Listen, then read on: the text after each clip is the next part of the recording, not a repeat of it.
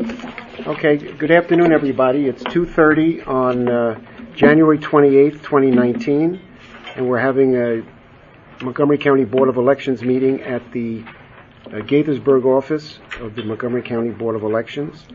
And we have a quorum present. And before we begin, I just want to wish everybody a Happy New Year. We haven't met in 2 months. And welcome our guests. It's always good to see people involved and wanting to hear what we're doing. Anyway, Happy New Year, everybody. And we will begin with approval of minutes. And by the way, Lisa has adopted all of, I think, all of Alan's changes.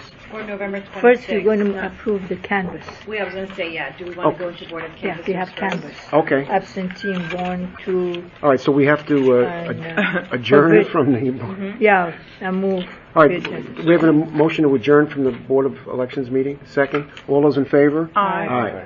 All right, is there a motion to go into the Board of Canvassers? Mr. President, I move that we convene as the Board of Canvassers. I second. Okay, all those in favor? Aye. Aye. I move we accept the minute of absentee canvas. It's here. Okay. Absentee 1 or all of them? All of them. Same time. You kind of guys. So we have absentee we have all ones of them. I'm trying to remember if there were suggested changes, and are they included? 2. The only one I saw was a correction for Mr. Banov's spelling of his name. Okay, so I didn't say anything on the We didn't receive any. And provisional, right? There are 3 of them, is that yes, correct? Absentee 1, absentee 2, Yeah. And provisional. You want And provisional, right. So is that part of your motion? Yeah, I already moved.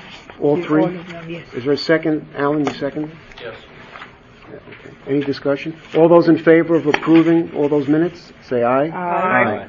That's unanimous. Okay, and then I need the Board of Canvassers to motion to Late. untimely absentees. I already checked all of them, and I move we reject all of this basket, whatever. These are all ballots that came in They after? came too late. I just glanced December came January. Yeah.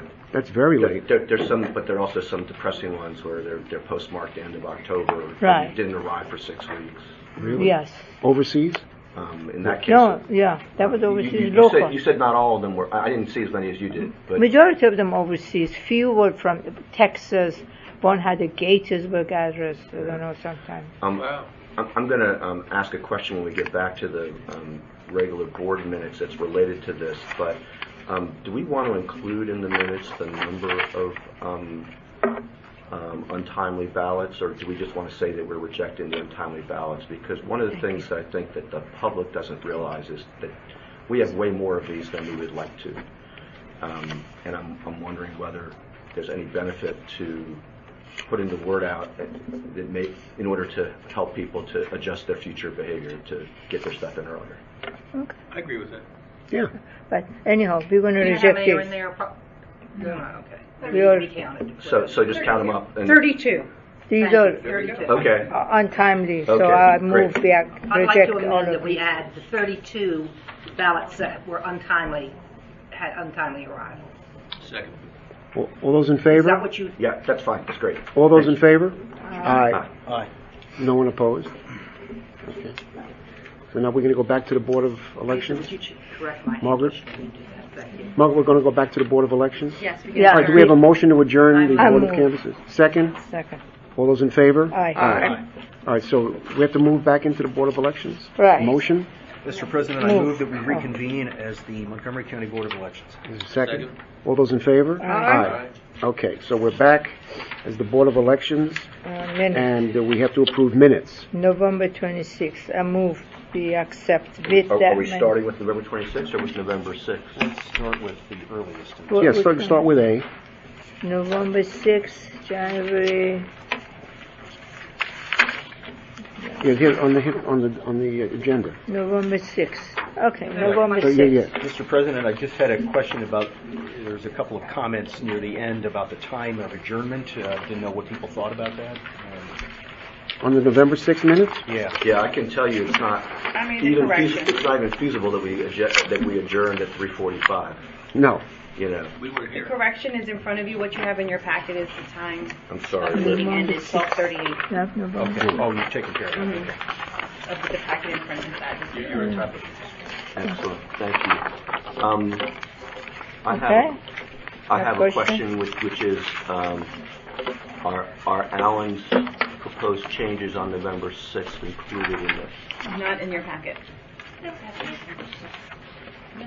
I'm Is that included? I'm looking Lisa, for those. I know that Is those that are. included? Allen's Allen? are not included in your packet. No. Okay, yeah, because November you sent it. Was it a major or just editorial, Alan? Probably just editorial. I don't recall what they were. Yeah, you always. Well, but let me ask You you. can find them here. Yeah, I want to find them, but I also have a question. I realize that we have a deadline for when we're supposed to submit our comments, and Alan, being human, missed our deadline for some of the minutes by 5 minutes. Those were included. By some of them as much as an hour and a half. So by 1:30 on Friday, all of his comments were submitted. So, Is it the board's intention that anyone whose comments are late will not be distributed to the board? Because that strikes me as okay, listen. counterproductive. No, Listen, but they may not be ready, that's all. Okay, I move we table this minute, and Lisa, you added whatever for the next meeting. So, hang on a second, Naki. There's really no need to. When Alan submitted his comments, he did them in track changes. All that's required is to print them out. There is no other staff time required other than print them out in color. Yeah, I mean, the changes here are not that extensive. Yeah, but it doesn't matter. Your changes were in blue, right, David? I don't know that the colors stay the same when I send it to you, so I don't know whether my colors and They yours. also change when somebody adds. No, I understand, but what I'm saying is that Alan's color and my color will be different, but on your computer it I might got be the blue. different colors than on mine. So the November 6th was at, let me see which one it was that he sent us. Yeah, yours is the biggest issue you said about it was That the was President 128. Center. And then Alan inserted a couple of words into those because I can see the different colors.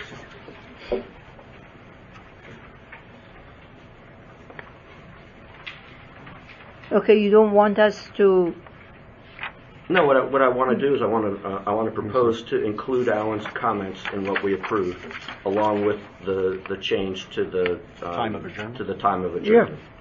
Do I have anything Yeah, in there? I don't know. That's fine. Yes, because I believe the red on my computer is. the red here. Yeah, because I think most of those are mine. Alan, if No, they're in there, we'll just... No, I take it back. Did- I No, was- no, I just started- no, I put no, you no, on no, the no, no, page. the purple is yours. The red is mine. Alan, if they're in there, we'll just adopt them. Okay, thank you. Is that, does that work? 'Cause I mean. Yeah. Okay, great. That was me, thank you. Are you doing it? Do you need a motion? I'll be happy to We make a already motion. have a motion move. on the table, or your motion So, to approve the November 26 minutes. All right. So you're November gonna... 6th. Started November 6th. Sorry, November 6th. Okay. I- Second, do you need a second on it? Okay, Yeah. so if you need another motion, I would move to amend that motion to include Mr. Banoff's suggested changes to the minutes that he distributed to us on Friday afternoon, Along with the corrected time of along adjournment. with the With- corrected time that Lisa Adjourn. inserted. Okay. Is it second? Second, yeah. All those in favor? Aye. Aye. Now, I think you need to vote on the amended motion. Yeah, You just passed the amendment, and now I think you have to vote on the amended motion. So the question Motion is to on the motion adopt. as amended. Right. yeah, On your motion to, yeah. okay. So if there's Go no ahead. further debate. You made the motion? I make a motion. Second? Second. All those in favor? That was already, yeah. Aye. It's already Aye. Okay. Okay. Thank you. Now November 26th. I move, Before you move, I just to make it easier so we don't have to vote on an amendment. Okay. I did have one change which related to the number of untimely ballots because what happened was that Margaret referred to the too late as in TOO late ballot. This is on page 2. It's on page 2. I believe that she meant TOO and not TWO, because I would guess we had more than 2 late ballots.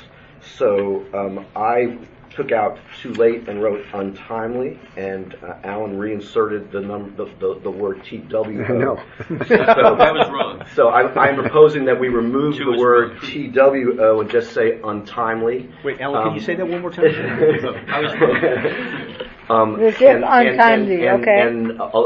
And for the future, we obviously can include the actual number of ballots, but I don't think the number was 2. Okay. I don't know if Margaret remembers how We, many we, there we were. remove it. But- It's Too in late. here, though, in what we're looking at. It says untimely. No, that's what I inserted. Okay. Right. But the So number isn't that number what we're entirely voting on? No, Alan inserted the word 2 Oh, down there. down there. I see. Yeah. And I'm just saying that I think it was more than 2. Yeah, okay. Yeah. And then So we move. You move it I without the word move. 2.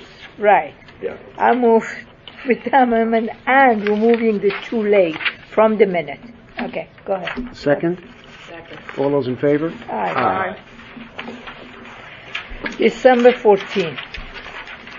Any for the change is not any We correction. accept the minute.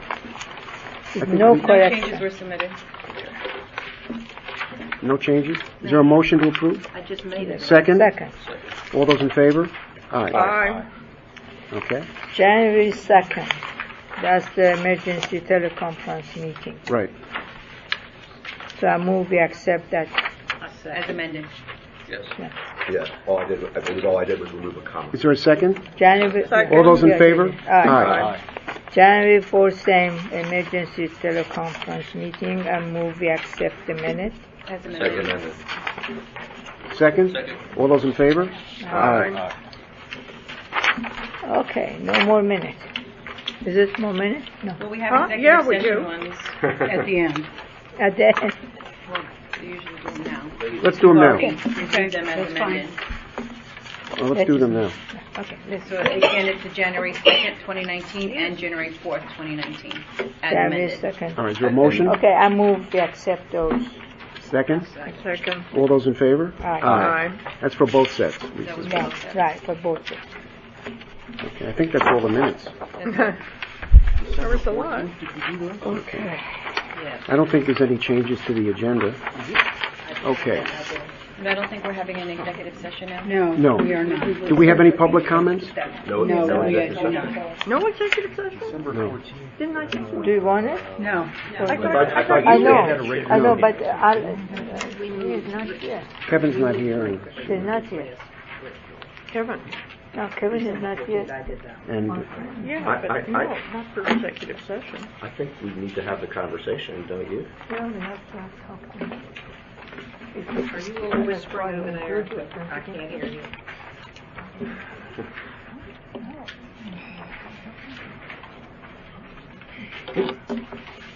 Okay, I'm gonna ask for executive committee meeting okay, we can do after that. our meeting is over. Personnel will be the topic, right? Yes. Okay. Okay. Okay. Margaret, election director report? Yes. Personnel, we basically have released everyone except the IT. Staff is completing the post-election maintenance. And the budget analyst position is gone over to HR. And Allison, you want to add to that? I am hopeful that we're going to be able to place put the ad up as soon as Wednesday. I think we're close. This is for the budget analyst Yes. position that was part of Margie's portfolio. Correct. Okay. All right, budget. I need to apologize that you did not get the budget spreadsheet as you ought to in advance. We will get it up on the website as soon as possible. I literally just ran the numbers this morning. I was out last week. So you're just getting a chance to look at this for the first time. I don't think that there's much of anything in this document that should be a surprise to you. Of course, we are well on our way to spending through our budget. We are nearing the $6 million mark in what we have spent out $6 million of our $8 million budget.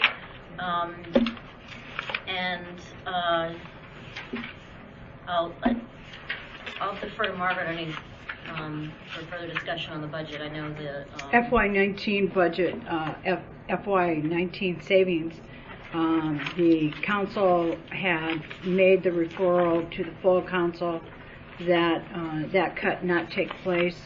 They're going to vote on that tomorrow before the full council. It's after consent calendar. Allison is going to cover the meeting, but as it appears right now, that cut will not actually take place in our FY19 budget. They will not cut. We will not take the So 100. we'll be exempted from it. No, they are not asking for a replacement cut or anything else. So basically, we're exempted from that cut. Right. Yeah, considering how much money we've spent for this election cycle, Yeah. it was always. Good. I have a question, Alison. Sorry. 60066, is that the final from SB? No. No? Not No. yet. We have No. 3 more bills Oh, that we okay. will be receiving from the state. All right, voter registration. Jessica. So since the election last meeting, voter registration has been working through various voter updates from the election, be it changes from provisionals, voter update forms, and of course, many tens of thousands of returned sample ballots. So that's what the bulk of the work has been doing.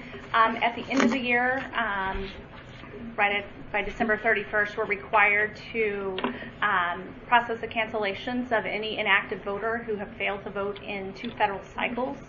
We do that after general elections, and so we removed 33,369 voters as a result of that process. 33,000? 369 Yeah. Yes. As a result have been removed. Have been removed as a result of being inactive and failing to vote in 2 subsequent federal elections. Say again the number.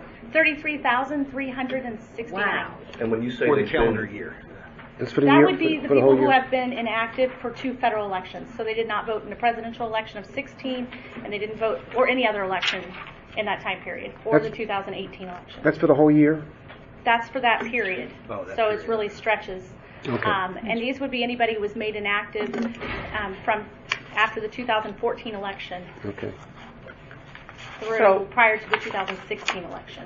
So I thought why did I think it was 2 federal elections? it is federal It is 2 elections. federal. Because the federal. 16 But not presidential. Correct. Okay, Yes, gotcha. that's right. Every election is The federal. presidential Yes. is the federal election. And the Pardon me? gubernatorial, because we have Senate and Congress. Yes, is a but federal it election. becomes a federal it's a federal election. election. Yeah, Got gotcha. it. Every election is Does that federal. include Yeah. either people who died or who moved to another state? No, it does not. Separate. Okay. No, those are just, Simply people who have not voted in 2 elections. so that category Yeah, is it's called really 2 failure to elections. vote. Yeah. Right. how And does they, it compare to the past? after they're now balanced. it tracks with kind of the trend we've been seeing since the revision of our list maintenance and process revisions after all the processes we went through in 16. 5 years. The original. Just going back through and some of the changes the state made to the agencies that they're using to transmit information, the ERIC process, bringing in additional information from all the other member states. So how many did we remove for the last 4-year period? I can provide that information in a future meeting. Okay. We can send it to you Or we email, can send it all out. members. Sure. We will send it to you Yep. via email. Jessica, are you following by any chance the Texas thing where Oh, 56,000 people were figured to have voted illegally and they had 83,000 on the records that were illegals? I'm not familiar with the background of it. I've seen the headlines, but I'm not sure what the I'll send you. parameters I've are. been sent several articles. I have one here that I've given out, but I'll have Yeah. another one at home that has questions that there is going to Oh, ask. yeah. Okay. Now, a couple months ago, I don't remember which meeting it was, you were kind enough to give us the new registrants by party. Is that possible to do every month?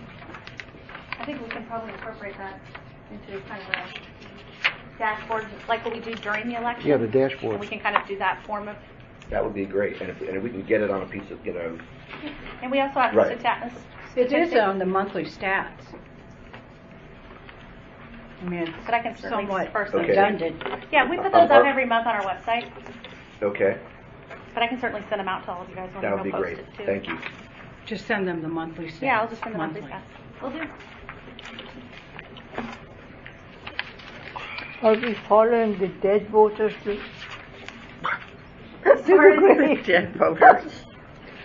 As far as the ones we process through the Department of Health out of Maryland or in other states, I'm not following them. They don't rescind their registration.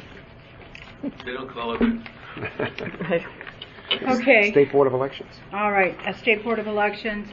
SBE is in the process this month of implementing enhanced security for MD voters with a two-step authentication. Our staff will be implementing that process and be educated on it this week. Additionally, SBE and Montgomery County combined their efforts and enhanced and added another firewall just for our department. And the county is looking also at adding another level of two-step authentication for anyone who is working on a county computer.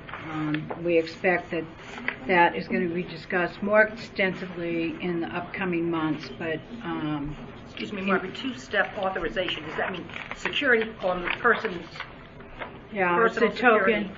What does it mean? Who wants to address this baby? Okay. It's like a token, like if you go into sometimes if you sign into a website, they will send you a passcode on your phone. This is a token that is assigned specifically to a person, so when they log into MD Voters, it will ask you what's the code on your token before, and you have to key it in before it'll let you in. It looks like a pager. And what happens if Something you about lose this your big. token? You got to pay First $50 to get time, replaced. the first time we will get you another one. It's $50. You lose it again, you're handing over You have to pay $50. And and does the token, like some of these tokens, the numbers change They change periodically? constantly. Like I used to have one for one of my former jobs where like every minute it changed.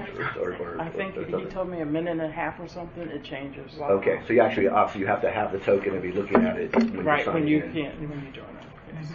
When it asks for it, you got to look at that token and put it in, or it's not going to let you in. But if you have the token and you don't have the password, that doesn't work either. No. So, okay.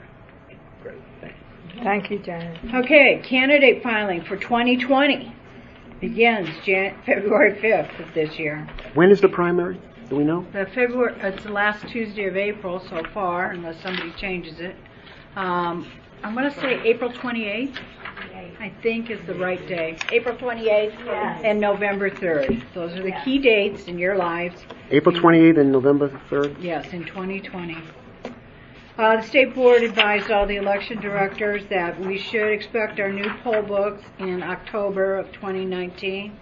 We will begin the acceptance testing of all of that equipment. We were also advised that in March, the ballot marking device software change will be submitted for certification, and its timeline for certification will be October of 2019. So here's hoping.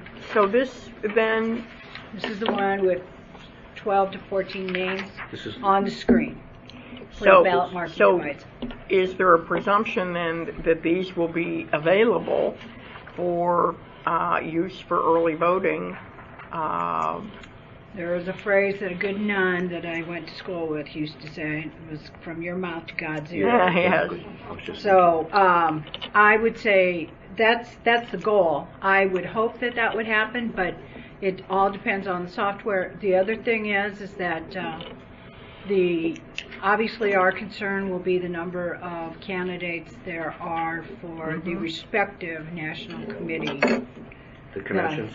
The conventions. Convention yeah. delegates. There'll be- the delegate. There'll be a few of those. Yes, I'm sure. More than 14 on the page. Well, you can always press that more button at the bottom. So the software fix is to fix the maneuvering from page to page that has been the problem.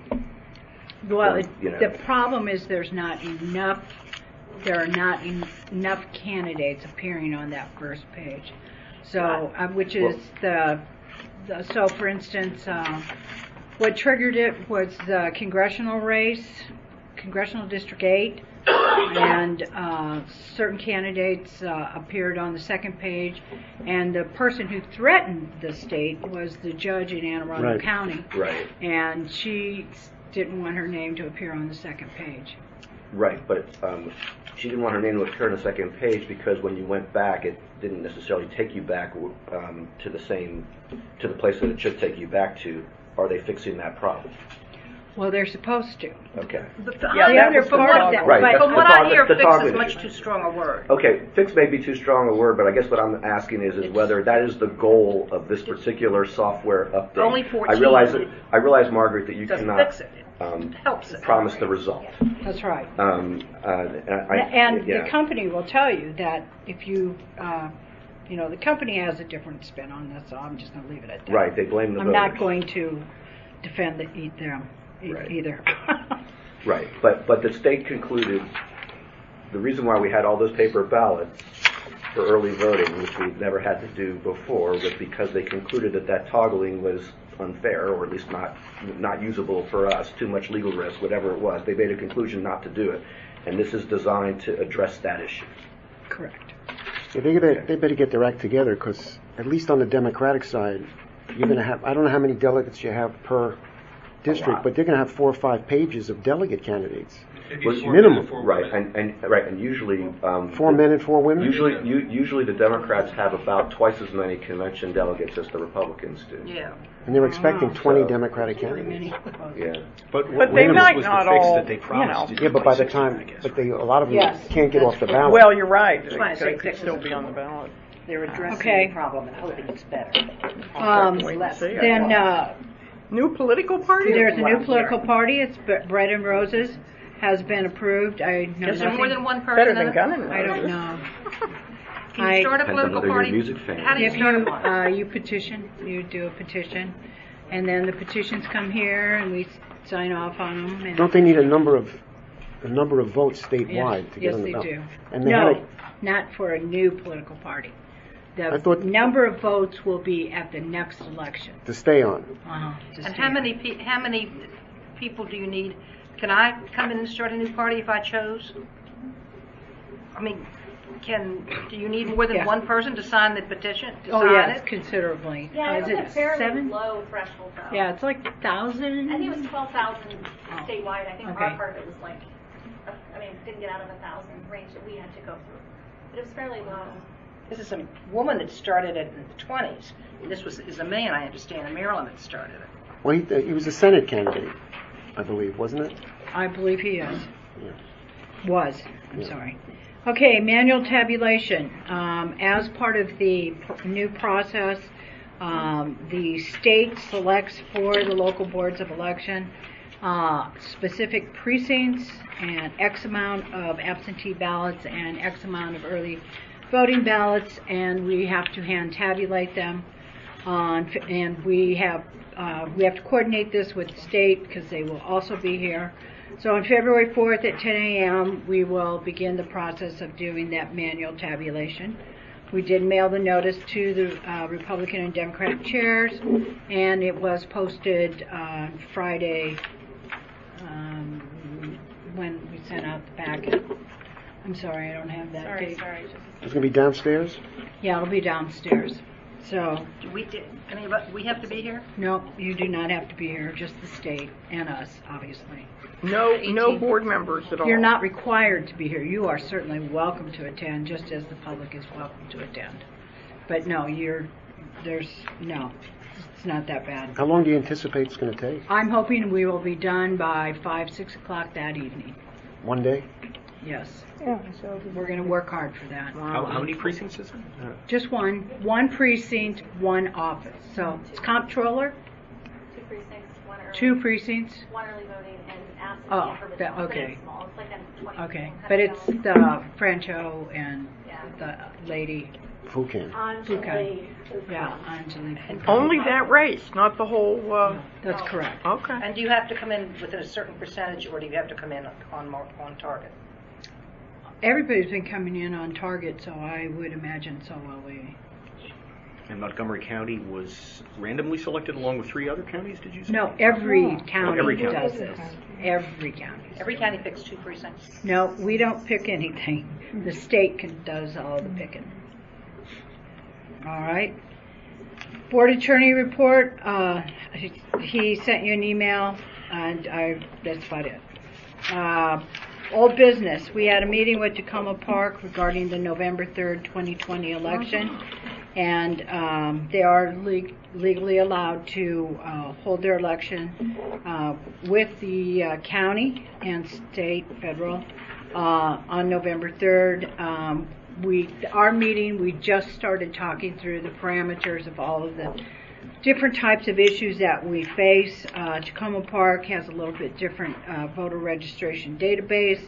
They allow 16-year-olds to vote as well as non-citizens. They have ranked choice voting. So they're in the process of contacting various election vendors to discuss how they're going to do that, as well as we walked through a lot of the processes, and it's our hope that whatever we manage to discover, they will be able to present to the 2 attorneys involved. There would be our board attorney as well as the city of Tacoma Park, and then Kevin would come to you with regards to what may or may not be needed for an MOU with this local board of election. There will be a separate MOU that they're going to have to engage the state with. So there's a lot of issues that have to be resolved. Does Tacoma Park pick up any of the money if there's extra cost? This is all on their dime. All on their dime. They can't have too many precincts, do they? They have 5. And they have 900 people that vote? They have more than that. They have more registered voters than that. Are they going to use our 10,000? facility? Are they going to be in the same facility as us? Or? Yes. Will they be involved in early voting too? No. They've already decided that. Will it be possible for people who come for early voting in Silver Spring, for example, which draws a lot from Tacoma Park, to inform Tacoma Park voters of the existence of the other election? I doubt that will be possible, but we certainly can explore it. If we could explore it, I think you're asking for a lot out of the election judges. Because they're not going to see Tacoma Park, are they, on there? No. I would like to suggest, they're going to see it. Make a suggestion that comes to mind. You do Is there understand- be a sign made Mhm. that says Tacoma Park voters take note, or Right, some such right, thing, right. and then have that under, Right. and that's it. Right. Tacoma Park also sends out a sample ballot to all of or- their registered voters. Am I correct, Jessica? Tacoma Park is not the only municipality that has had an election the same day as ours. It's That's just right. election. Poolsville does. So there's more than one municipality that has their own rules and their own elections that may or may not have opportunities to vote during early voting somewhere else, just not ours. Yeah, and I'm not suggesting that we should allow them to vote during early voting. That's probably not permissible. I'm just suggesting that we inform the voters who are eligible for, to vote in municipal elections, that they're eligible to vote in municipal elections. And I would do the same thing for Poolsville. If that were to happen, it could be as easy as a leaflet that says, if you're a Poolsville voter, I'd still recommend one sign and let the municipality take care of getting it, making it, and put the sign outside the door. Tacoma Park voters take So note. noted. I don't know, did I miss it? Is the Tacoma Park candidates going to be on the same ballot with the president? No. Ranked choice Separate. voting. Okay. Yeah, they So it'll have be a separate ballot. Separate ballot. So they'll get 2 ballots. They will walk to Presidential another ballot. room and get another ballot that has only Tacoma Like Park 2 residents. precincts in one place. So they'll get in line with us and them. Yeah, Jim, this is, I think, isn't this what the town council came to us last Yeah, year? Yes, yeah, yes. And then it's we precisely what they came ultimately with. Yeah. merging their So they're election voting. day They're with going to ours. vote in Right. 2 places. They're basically Yeah. making it so that they're going to have much higher voter turnout in their municipal election by having it in conjunction with the national election. And Yeah. I think that's That's exactly what their goal is. yeah. Is there any problem with the voting places that we have 2 rooms? There's no problem. Everybody's got a separate room, don't they? There's one place that we might have an issue, but which one is it? There's 2. There's Don Bosco, who Lisa, will yeah. be voting together in the gym, and then also at the rec center. So out of the 5, they will vote in the same room as us in 2 locations. But that's, all of these things have to be discussed and hammered out as part of the MOU. And so, obviously, the board, when they met, or when they came before you, the 2 things that were the walkaway was obviously no, those individuals that are not citizens not be allowed to vote, and then the 16-year-olds. So we will continue to work this through with the city of Tacoma Park, and they may not even be using the same type of equipment. I mean, they may use a different manufacturer. There's no guarantee. I mean, it may end up they'll have a whole different experience. So we're picking up the rent tab, and that's about it. Because they're going to vote on separate equipment, is what you're saying, right? Yes. Yeah. We don't have to provide judges. No. No, so they're using the same facility we're using, and that's about it. We think so, but we are, like as I said, we met with them. There were a lot of questions. You're bringing up more questions. They have to be, there's a lot of people that are involved. There's the manufacturer of voting equipment, because they may or may not use the equipment that the state currently has. They may or may not use the poll books that the state has. They have to enter in, so there'll be legal agreements with whoever they end up utilizing.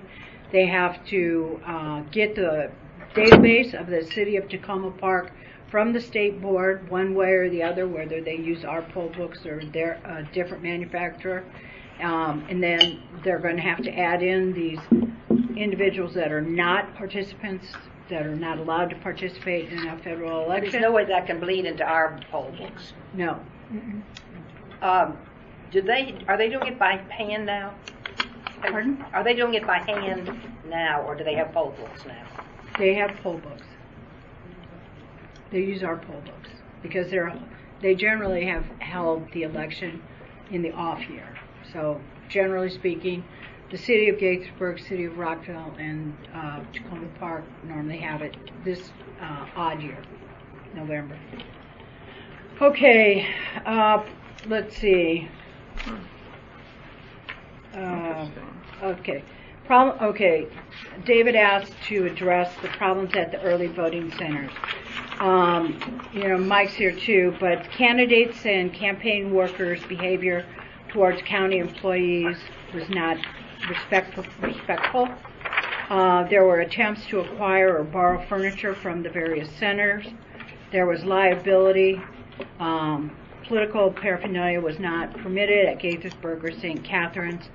But as I said in my, I guess I didn't send that out. The new administration may have a different attitude.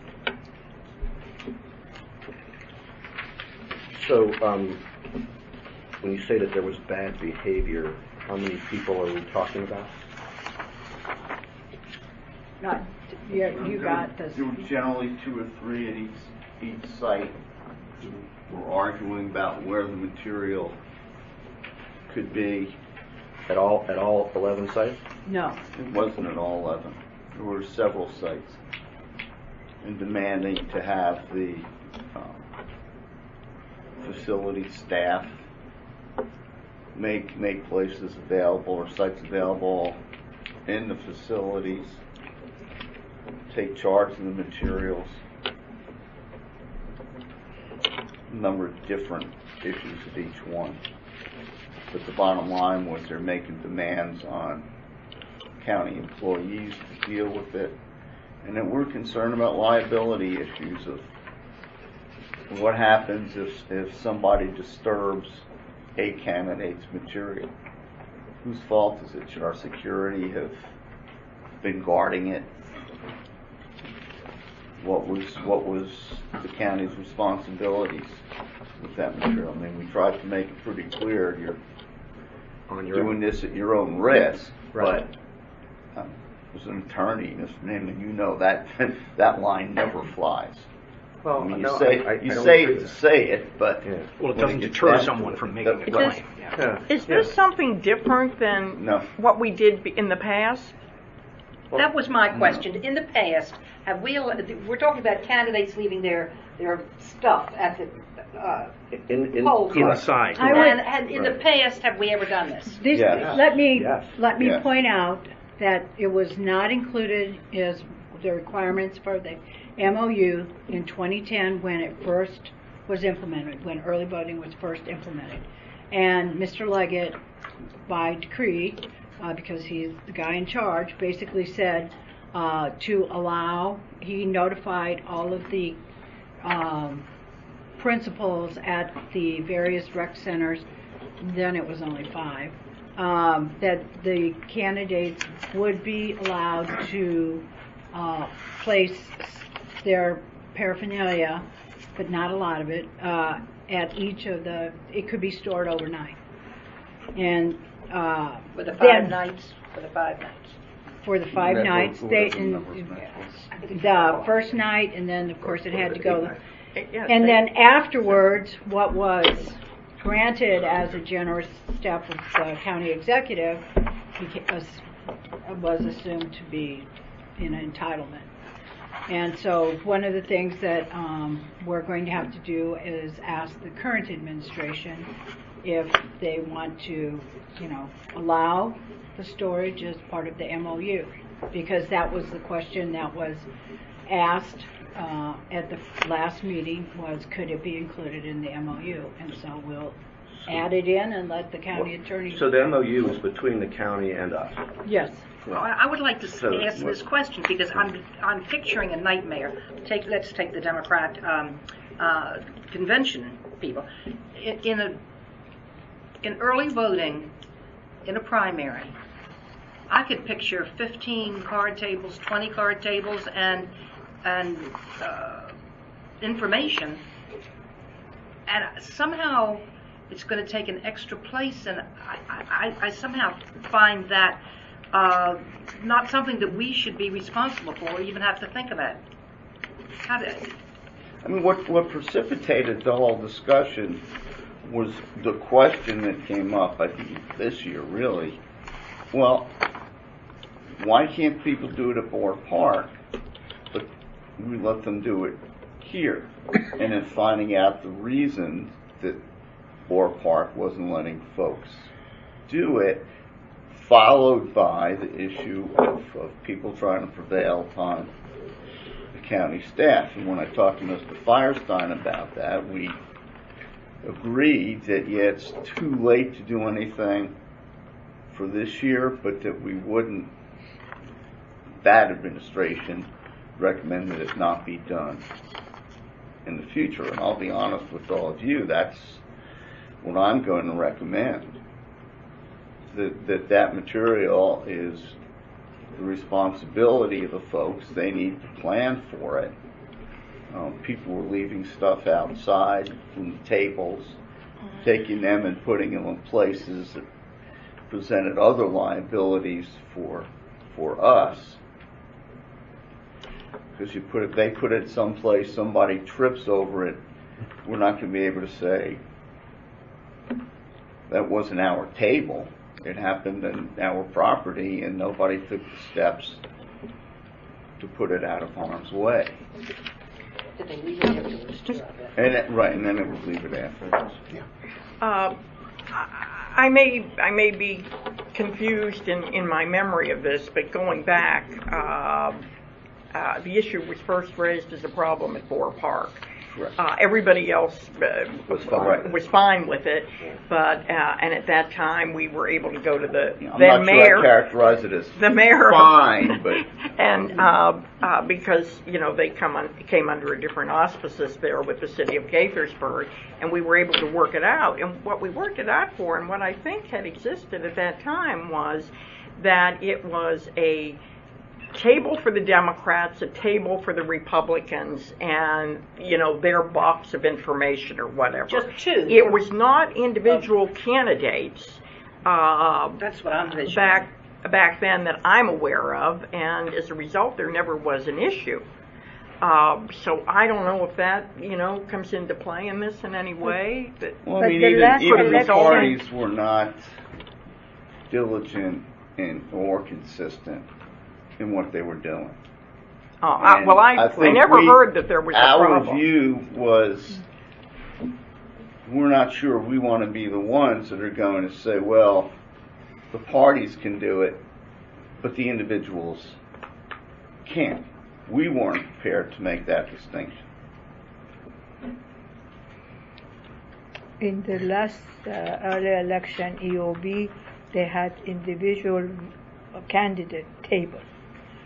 And this lady from one of the party, which you know which one is it, came in the middle of the room between the voting booth and the scanner, was demanding they can, store their belonging.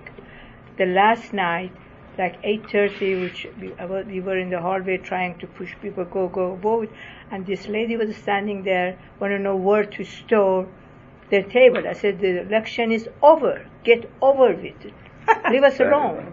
I mean, it just become horrible, crazy. I mean, this business of storing it. That is correct, and we thought we were going to have to step in to assist her in carrying out her mandate.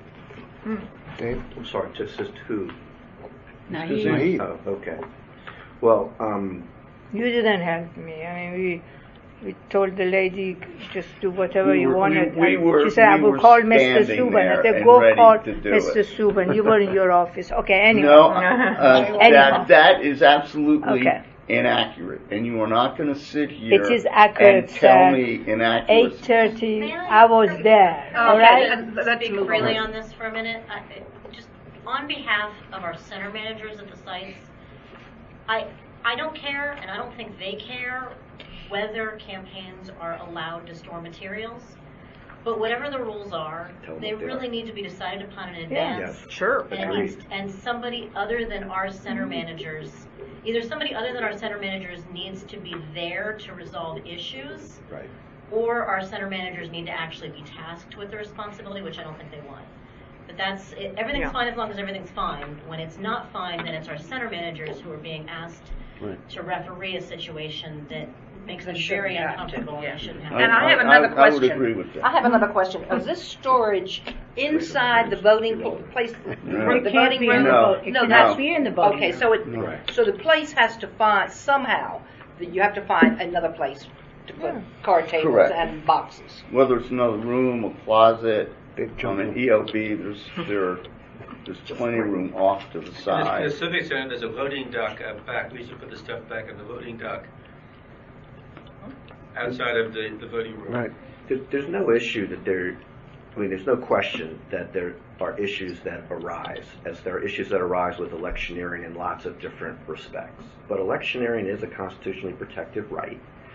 And the idea that a decision is going to be made based on the subjective view that we have poor behavior on the part of a handful of people really strikes me the wrong way. My view is that it is very inconvenient for the electioneers to have to reset up every day in the same location over and over again. And if there is a way to store the materials away from the ballots and with clear instructions in advance, like Allison was suggesting, I think that would be appropriate for us to support, and it's what we've supported in the past. I think it's dangerous for elected officials to be able to decide, especially in elections in which they may be on the ballot, as to what the rules are for the electioneers. I think that really should be our decision. And it's possible that there is not a majority on the board to allow this to take place, but I think that it's not a huge imposition. I think the liability issues are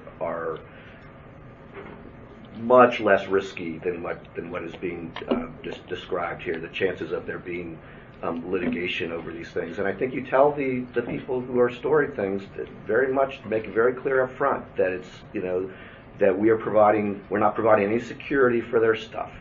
We're, that basically we're providing the space, and it's on them. David, I I'm agree not with, I sure agree it's a with you. constitutional right to have people be able to store their material I did not say inside. I did not. Talking about constitutional rights. I did not and say voting. that it was, Mr. Subin, and I think You were know talking that. about constitutional No. rights and voting and interfering with that. No, what I said was that electioneering is a constitutional right. I did not say that storing people's card tables is a constitutional right. But I will say that if the government is arbitrary in how it decides how to do that there is a constitutional issue. But that's not my point. My point is that we're not just talking about something that is, electioneering is not the same as every other thing we're talking about, because it does have a protected status. And if you make, for example, if we were to change the electioneering lines and make it impossible for people to electioneer, we would get sued. So I think that there's a balance to be struck here, where we can make life a little bit easier for the people who are electioneering in a way that doesn't make our life difficult, with some proper planning in advance. I do think that there should be very clear directions. I think it should be very clear whose responsibility it is, and I think it should be in the MOU as to what the Yes, as to that's what the what rules I are. was going to say. I think this needs to be in the agreement that goes forward with the site.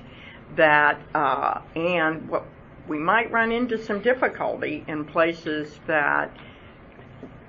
Are we going to get pushback that they don't have room, they don't want to do that, or whatnot? Or it's in the way of their other activities. We have such problems getting early voting sites, Sometimes we do. I would like to- On the issue of balance, it can be very simple. You have an agreement. Say, okay, this is the place we've set aside for you. You're responsible for your own stuff there. Don't get in anybody else's way. Be sure to take it all when the election is over. That's your responsibility. We're not going to be responsible for any kind of damage to your materials. Well, May I I am ask a not going to question? recommend that we take on the liabilities that are involved. I don't think All right, let me ask a It's question not about been- it. Mike, let me ask a basic question to see what we're talking No, about. I think here. the responsibility- Alan, let me ask what we're talking about here. Agreeing totally with the electioneering being right. Are we talking about what you all said is that just each of the parties have a table and a box or whatever the parties might have at 10? Or are you talking about anybody that's running for election having the ability to store it there? Now, you all said in the beginning that was in the MOU, that it was just the parties. It was No. Nothing's in never, the MOU. It was Nothing's never in the in MOU the now. All right, but it was just, But but it that had was always that been was worked the out. understanding. Yeah, all right, now just let me finish, please. What are we discussing? I could see easily card tables and boxes of things shoved up against a wall, all of 15 or 20 of them, from what I'm hearing in this discussion. A nightmare. Now, if we're discussing just having two, or whatever parties, the bread and chocolate or whatever it is, bread and chocolate. that Guns N' Roses. what? That registered parties can have a spot. That is quite a different discussion. So I'd like, if you all would make that clear before we continue I would what you're discussing. I would suggest that we consult with our counsel before we do that, because I do think that that if we make those kinds of distinctions, we have to be able to legally support them as to if we're going to say the parties can do it, but independents can't. I think that there are issues with that. Mr. President? Yeah, Alex. Two points. I think one, the reason why it isn't completely our decision is that this is county-owned property. So they do have a right to say how this is governed. Secondly, I do not agree necessarily that preventing political parties or candidates from storing their electioneering materials overnight is somehow impairing the right to electioneer. I don't think that necessarily follows. Preventing people from actually setting up and showing their signs and handing out leaflets, that's one thing. But, not allowing them to store them overnight, I wouldn't suggest that that is impairing electioneering. No, I agree. I mean, if it's something we can do to, further convenience, I get that, but it's more complicated than we may heretofore realize. Okay. Okay. All right. Going on to the next topic, the general election gubernatorial reports. That we're going to begin with Janet Ross, and I would ask that you please hold your questions to the end of the both presentations. Here you have to show.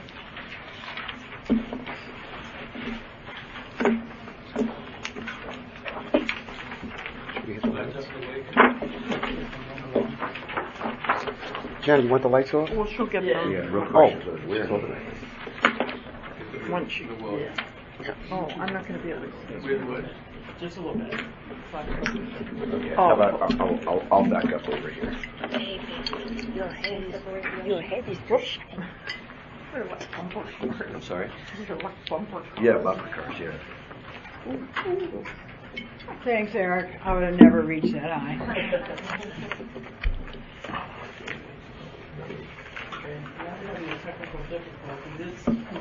Stand in front of the window. Software update.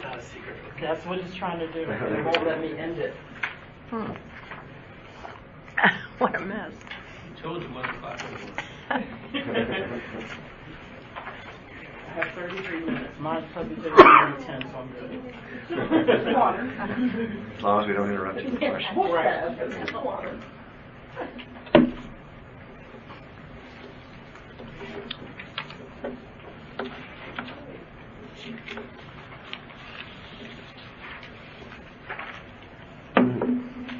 Now, let's see.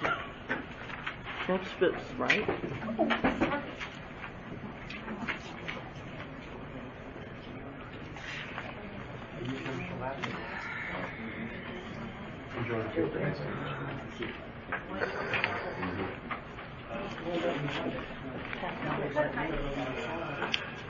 Well, while we're setting up, if anybody needs to take a rest or get some water, this might be the perfect time.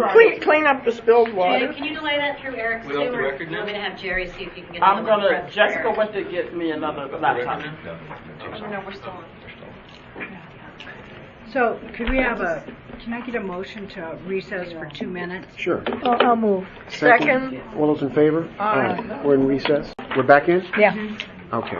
We're back So up. this is the report for the IT department for the 2018 gubernatorial general. Okay, so this is all the processes we go through. Post-election maintenance has to be done between the primary and the general. But for gubernatorial, the state decides which machines have to be, maintenance has to be done. And they have a threshold, and it's scanners that are identified by SBD of having a greater than 3% error rate compared to the number of ballots scanned. So we only had 3 scanners and 3 precincts. We had to perform 10 more. And just for your information for the general election, they identified 1355. But we have to do 10 on everything for the general, after the general. And all I'm going to point out on here is we had to do 1326 memory sticks. That's for the scanners, the BMDs, and have 1,172 cards for the pollers. Okay, this is the equipment we deployed for early voting. This was our original allocation. As you see right here, 5, Silver Spring and Potomac, we had met with Margaret and we were like, we think they're going to need another scanner, and it takes us about 2 hours to 2.5 to get the scanner ready. So let's just have one in reserve for them. We did that, not knowing the turnout was going to be what it was. So we couldn't do it for where we sent additional scanners because the way electionware works, once you assign that scanner, it's assigned. You cannot reuse it. If nobody votes on it, you've wasted a scanner. So that's why we only did those 2. thinking we knew for sure they were going to need them. And we were right. The very next day after the early voting started, we deployed them. The very next morning. And then within early voting, we added more scanners. So we got Silver Spring right. It stayed at 5. They couldn't take any in their location. And that's where we added equipment in the green. Okay, and election day, we deployed originally 483. We added 2 at the end of election, during the election day, and that was at Wingate and Walt Whitman. So they're the only ones because 3? No, it was more than that. They got 3. And Margaret will have that. Oh, okay. But those were the only ones that got an additional one on election day. Yes. And One was called in by the staff person and on site, and one was by a board member. Yes. right. Okay, and no BMDs were added, no poll books. We didn't have any poll books to add. We were at our limit. Okay, election day scanner performance. These were scanners, jams on the scanners that the roamer or the chief could handle. It's just a regular jam. We had 208 scanners that just had a normal jam. Then we had 18 scanners that it required one of the techs to go out and resolve it, because we had to go into the machine and fix it. And then we had 4 that were replaced, and then we had 3 scanners that were shut down, and we had no replacement order. If that's a Chevy Chase, they had 4 scanners. And Gaithersburg, they had 3. And Seven Locks only had 2, but we kept communicating with the chief, and she kept saying she was fine, she was fine. She didn't need it. Okay, and this is the integrity reports. Remember I said we ended up with 485, but we only count the original because when we send out scanners on election day, we don't do the integrity report. We take the scanner to the chief and say, record the numbers before you break in the seals. And we'll have a piece of paper where we have recorded it and verified with them before they break the seals. So this is all done prior to them getting their equipment. We do their integrity reports, and overall we came out with a 99.99 accuracy rate. On the opening report, on the closing report we had 100%, there was no errors. The BMD we only had 2, which was 99.99, and on the poll book, which is always our worst, we got 100% this time. Wow. Yeah.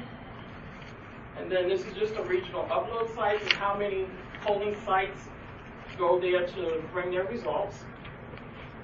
And it tells you that. And those are the 6 sites plus the 6 plus the Board of Elections. And this is our regional upload. At 9:30, we had 78, and that includes early voting. And early voting is considered one site. So we had 77 precincts in the early voting. And then by 11 o'clock, we had 263, which was a 99% rate, because that was our target. We had to have 100% by 11, but we got to 99 because these 3 precincts didn't come in until late. But by 11:40, we were at 100%. Okay? Yay. That's it. Great. I told you, Well mine's done. great. Excuse me, Janet, would you be willing to share an electronic version of that with us? Yeah, You sure. bet. Can we put it online?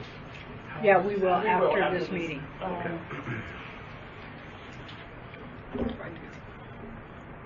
Good. Yeah, just, yeah. Janet, when you have 4 full-time employees, you say, that 11 temps, are the temps basically full-time, but just considered temps? They're full-time, they work 40 hours, but they're temps. They're only here for the election cycle, then they're gone. They're not here today. They are here today because we're doing post-election maintenance.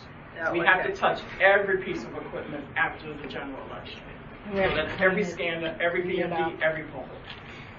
Hey, Janet, for the record, why did over 200 scanners jam? That's just That's a a lot of- normal. No, that's just a normal. What causes that? It could be a misfeed, because when I was helping the guys do like LNA, it's basically, it could be the person, because me not doing it as often, I kept getting jams. They could do our test deck was 730 pages. They could do the whole deck without getting jams. I got like 6 jams when I was doing it. So it's also how the person is feeding.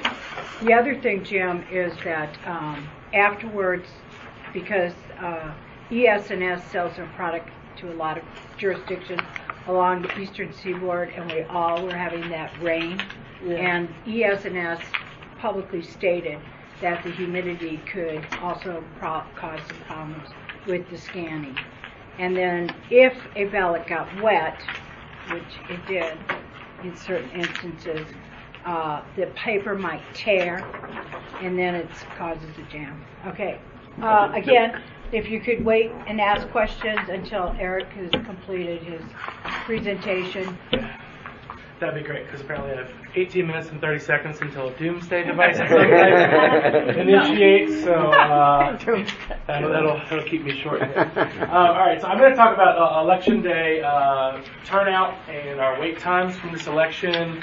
We'll look at some factors. We'll look at some facts about what that looked like on Election Day in a lot of places. So to start off with, we're going to talk about turnout. So our overall turnout was up significantly in this election. You can see the previous two gubernatorial general elections here at 51 and 39%.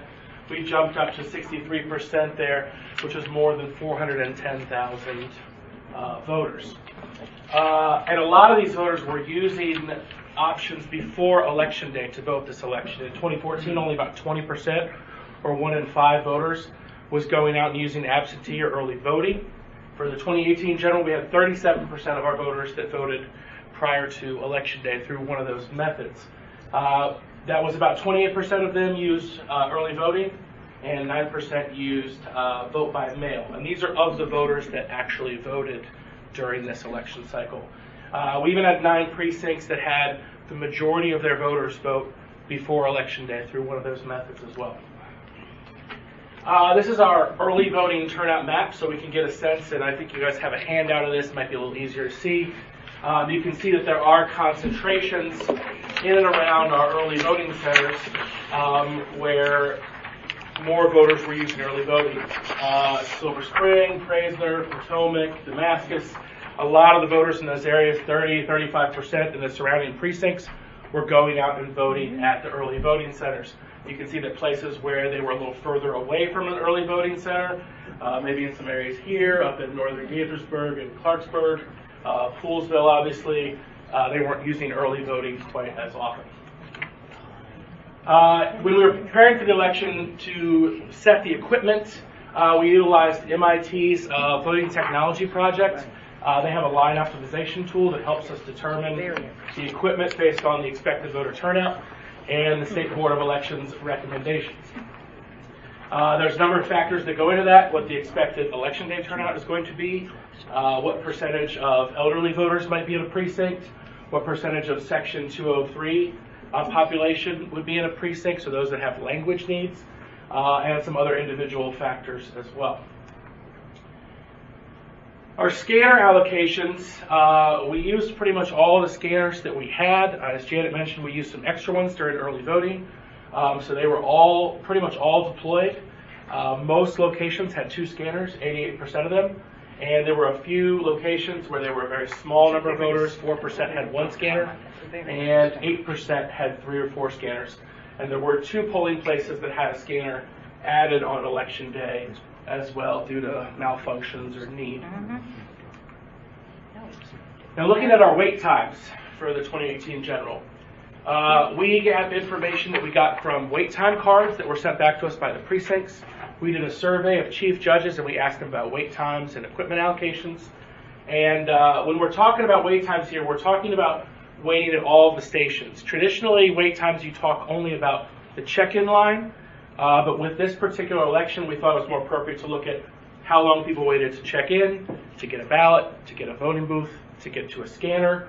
So their voting time, their time at the check-in station, we wouldn't count. But any of those 4 lines that they had to wait in is, so it's a cumulative wait time at each polling place. The goal here overall from the Presidential Commissions on Election Administration is 30 minutes. That's what we're shooting to get. It's pretty difficult to do that in every single precinct, but it's a good goal to shoot for overall. Our overall picture was that we had short to no wait for most voters. 76% of our polling places didn't exceed that 30-minute wait time. The average wait time for a voter on Election Day was about 7 minutes, so that's not too bad. and the average peak time, meaning the longest time that someone had to wait at a particular precinct on average, was about 20 minutes. Now, we did have a dozen polling places that had very long wait times of 1 to 2 hours. So those were places that we'll look at a little closer as to why they had issues. But if you look at our 4 groups here, there's that small group that waited a long time. We've got a moderate wait at about 45 places. And then about 3/4 of our pie here is either a short wait or no wait, basically on election day. This no wait group, that's about 102 polling places. We're looking at the max that they waited, so the voter that waited the longest at those particular precincts was usually about 10 to 15 minutes, with an average of 2 minutes, and they had about 900 voters at that polling place among those polling places. Those that had a short wait, about 77 polling places, their average wait was about 5 minutes. They maxed out at about 20 to 30 minutes for the longest, the peak portion of the day, and they had about 1,100 voters come through the polling place. Our moderate wait group, about 45 polling places, these had a little bit longer wait and they exceeded that goal of 30 minutes. They were waiting at the most about 35 to 55 minutes, and their average wait was about 13 minutes, and you can see this voter number continues to go higher. They serviced about 1,400 voters on average. And then our long wait, our 12 polling places that exceeded an hour wait, the dirty dozen here, they had an average wait of about 30 minutes with a max time somewhere between an hour and 2 hours. And they were typically servicing about 1,550 voters at those locations. So if you look at our map, this is where we had our peak wait times, the longest that someone had to wait, and where those occurred. Now the interesting thing that you can see is that in some places, like in the Potomac area or up in Damascus, that had very high early voting turnout, they had pretty short wait on election day. But there are other places that had high turnout early voting. Silver Spring, near Lawton, in downtown Rockville, that still had long waits despite the fact that a lot of people used early voting. So early voting was not a good indicator of whether or not people were going to be waiting on election day.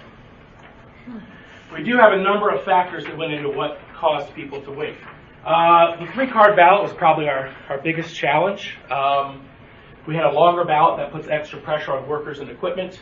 That adds valuable seconds to each voter going through, and as those seconds add up, it causes lines to back up. It also increases the likelihood of scanner jams. If you look at the number of actual pieces of paper that went through our scanners on election day, the presidential, the 2016 general, we had just over 500,000.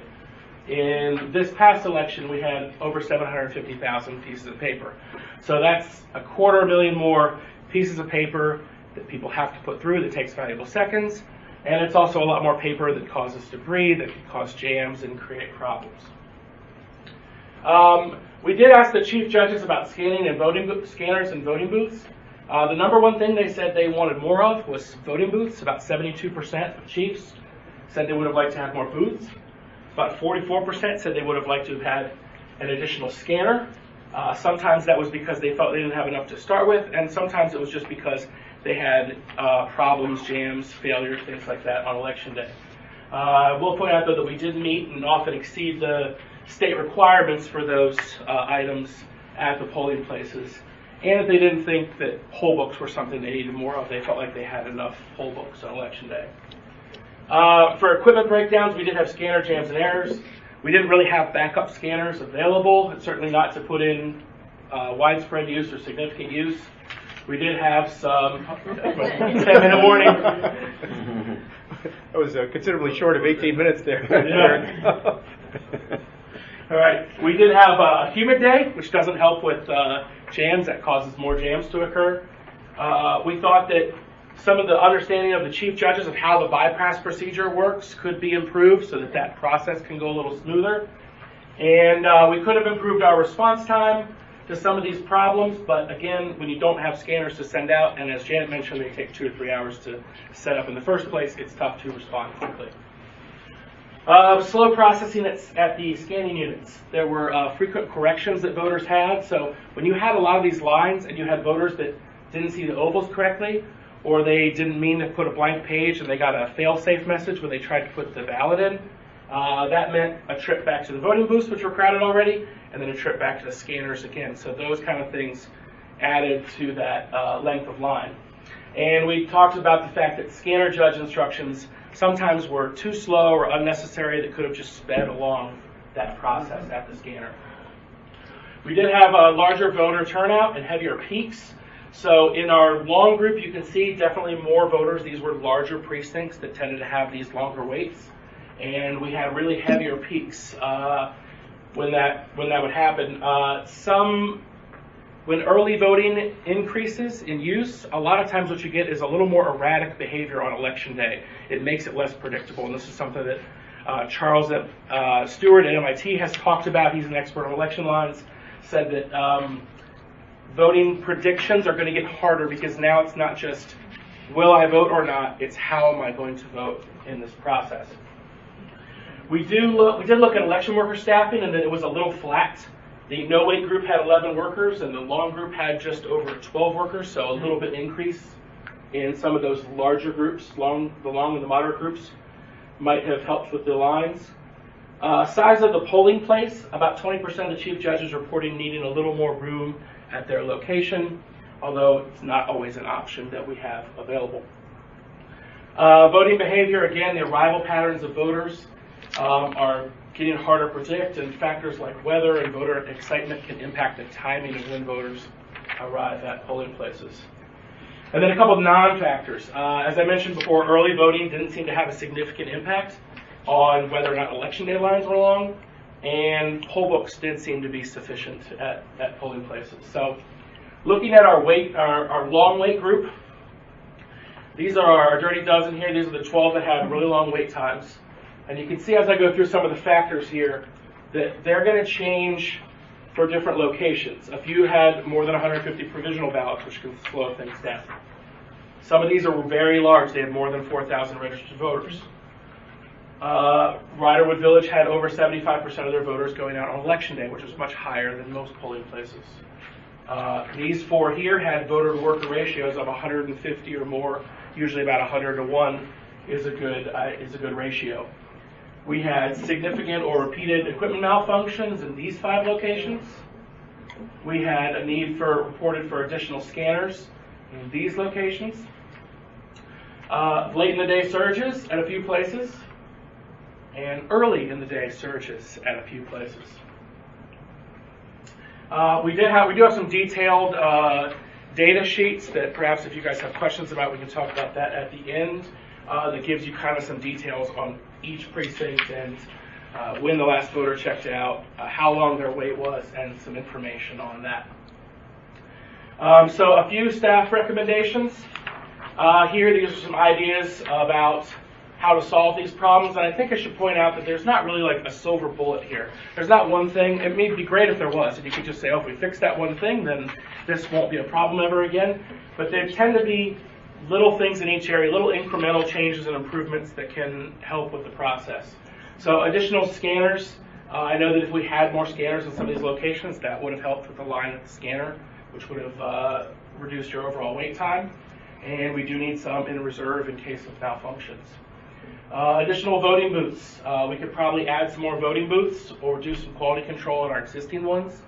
And we could provide some more privacy screens for seated votings to easily increase capacity, although this is not available at every location because of space. Improving the allocation process, looking at resource allocations at our heavy turnout sites, and looking at ratios that we could improve, including in upping those staffing numbers at some of those busiest locations, and updating our allocations for populations with special needs or voting patterns, places that are growing a lot, places that maybe have voters that have low English competencies, where more help is needed. And then in the future, we'll have to factor in how automatic and same-day registration could impact these as well. Improving our tech support network to respond to issues faster. We could train our roamers more. We could maybe create an IT roamer network, or we could look at expanding our use of the county IT staff. There's a number of things there that I know the IT department is going to brainstorm on.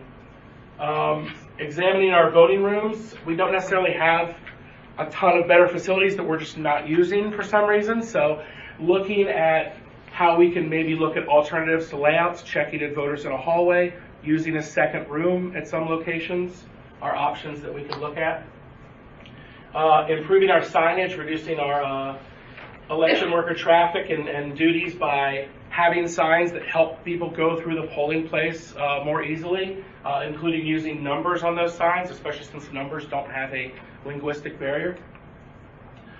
And adding line managers at certain locations, Praisner being one of them this election. We had a few locations where maybe a staff person or two to help make sure people are in the right place, perhaps providing some maps that let people reference where they're at and where they're supposed to be before they get in line, or some separate provisional voting areas to separate that and keep the rest of the polling place moving along efficiently. So that's the report on the wait times, and we'll go through questions, and we just made it in time.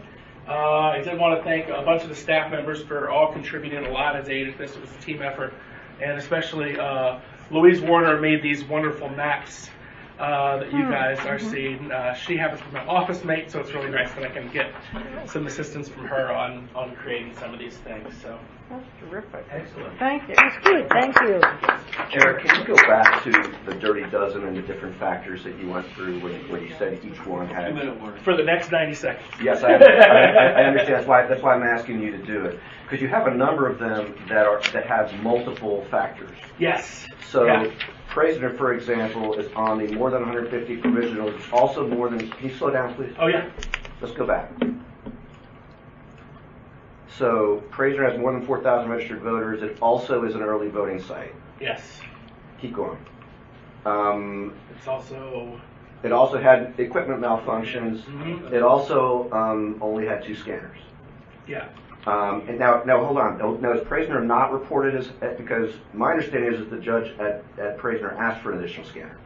When we did the survey, either they didn't complete the survey, or we didn't have that information. How about what they did on election day? Did you look at whatever was called in on election day, or was he just looking Yes, at the survey? we did. Yeah. And there's Yeah. no request. Yeah, we didn't have a request for for additional a third ones. scanner. Now, that might be because the chief there thought if their scanners had been working properly that they wouldn't have needed an additional Well, one. maybe they thought that the one that came to replace a broken one was a third scanner when it ended up being a second one. And I think that the chief's opinion on that is certainly informative, but it's not always the be-all, end-all. There may be times where we think that they need an additional one when they don't, or vice versa Okay. as well. Do we happen to know how many of these 12 come up on more than one factor? I don't have an exact number. I would say almost all of them come Right. on up at least 2, and I'd say Yeah, Praisner comes up Praisner at about 4 or 5. Yeah, right. So at the most, some of them were hitting on 4 or 5 of these 10 factors or so. Most of them would be hitting on around 2 or 3 of them. So there are certainly the places that had the longer waits in this group than others. Right. Certainly hit on more factors. You can almost take this thing and say, for each, start at an hour, and for each factor, add 10 more minutes there. And I gather that one of the factors to consider is kind of between your territory and Chris's territory is that for Praisner, if they were going to have more scanners and more voting booths, they may need more space, which means like moving to a gymnasium or something along those lines. That's why I was kind of saying that a lot of this stuff is multi-departmental. Okay, we want to get more scanners there. Well, can we purchase the scanners? If we have scanners, where are we allocating them? If we're allocating them, do we have enough room at that polling place to put them in? The other thing is Praisner, besides having 2 scanners, had 216 provisional voters. Oh, yeah. And that was also a big issue. Oh, that was And Jessica was at the as I was. I think and David when the single-handedly question was took that from asked 300 whether another scanner should come out there, we were told no, that what they needed was line management. I'm And sorry. so you had 2 people. Who told you no? I think that came from the roamer, and at the time I Didn't come from me, I'll tell you that.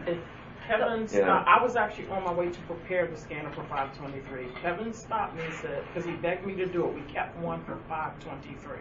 And I was on my way to prepare it that afternoon when Lisa was doing early voting, and he said he just got a call from the precinct, and they said there's nobody in line at the scanners, don't send it.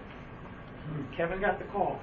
Now, at the time that I got there, my personal experience, at 2 o'clock, there wasn't anybody in line at the scanner because there was the holdup at the check-in of all the people coming in who were in Right, the wrong but there were place. lines down. I mean, that Oh, no, picture, they were down the that hall picture of and the around line where was when no the line doubt. was short. Sure. That was when the line was short. No, absolutely. Yeah. But, at that point in time, it was trying to mitigate the people who were stopping at the check-ins to get the provisional process explained and being told where to go. So Right. it's like a restaurant that there's a million people Right. waiting for a table, but Oh, none yeah. of the tables are full. Well, yeah. Because they were trying to deal with that. And one So of the once issues that at got Prisner going- was the staffing issue that Eric referred to, because there was a time when they didn't have enough people to keep bringing people in at the front desk. Absolutely.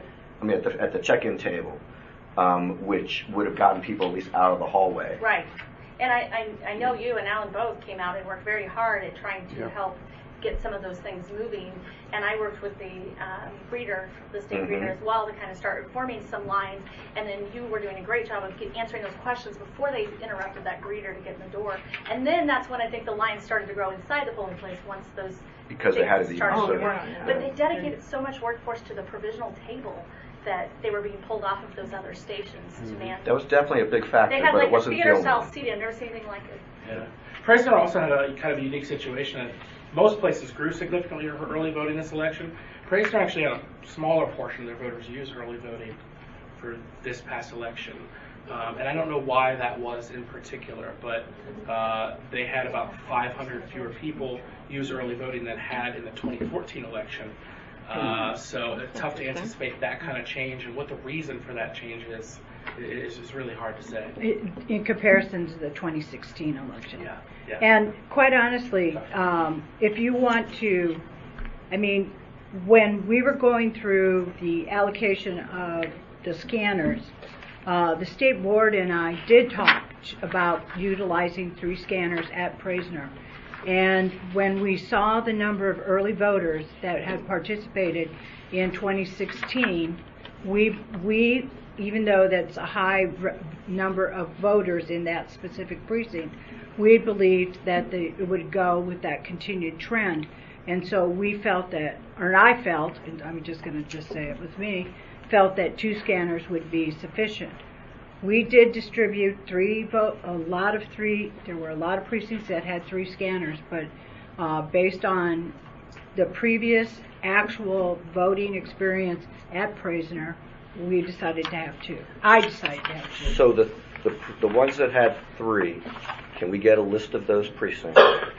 You're saying that they're in here, okay? And what is it? Can we also get is the allocation formula in our paperwork somewhere? It's on well, first of all, there's the state, then they have I don't know what but we use the We don't know election assistance. we don't know what the state's formula is. No, I can give you the numbers if you want the numbers, David.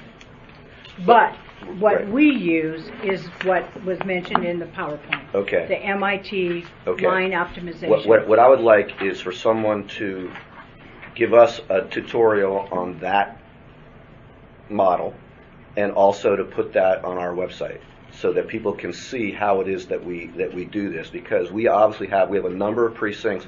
I mean, if we're making a subjective judgment about Praisner, but we're following a formula, well, either the formula doesn't apply in this particular circumstance for some reason, or I just want us to be able to explain the differences between where we put more than 2 scanners and where we don't.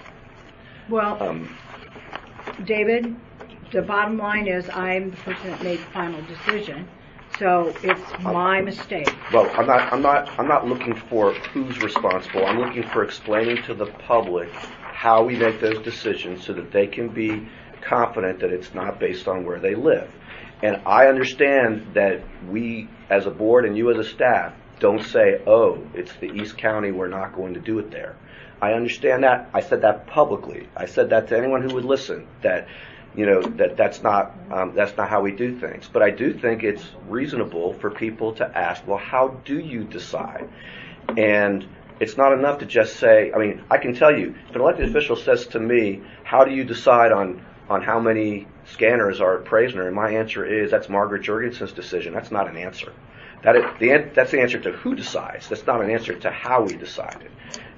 What they want to know is, is there a formula? Is it applied to everybody? Why is it that it didn't work in 12 precincts or whatever? Does the formula need an adjustment for certain other factors? Because we just identified a whole bunch of factors that influence the wait time.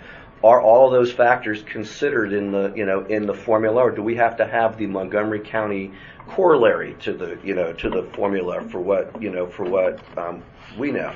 So, for example, the slide said that the percentage of elderly is which makes perfect sense. Voting on election day is a factor, and then we saw that Riderwood was one of the places that was on that list, but there obviously were also a number of places on that list where that wouldn't necessarily be an issue. But there was, there were different things that happened in different polling places.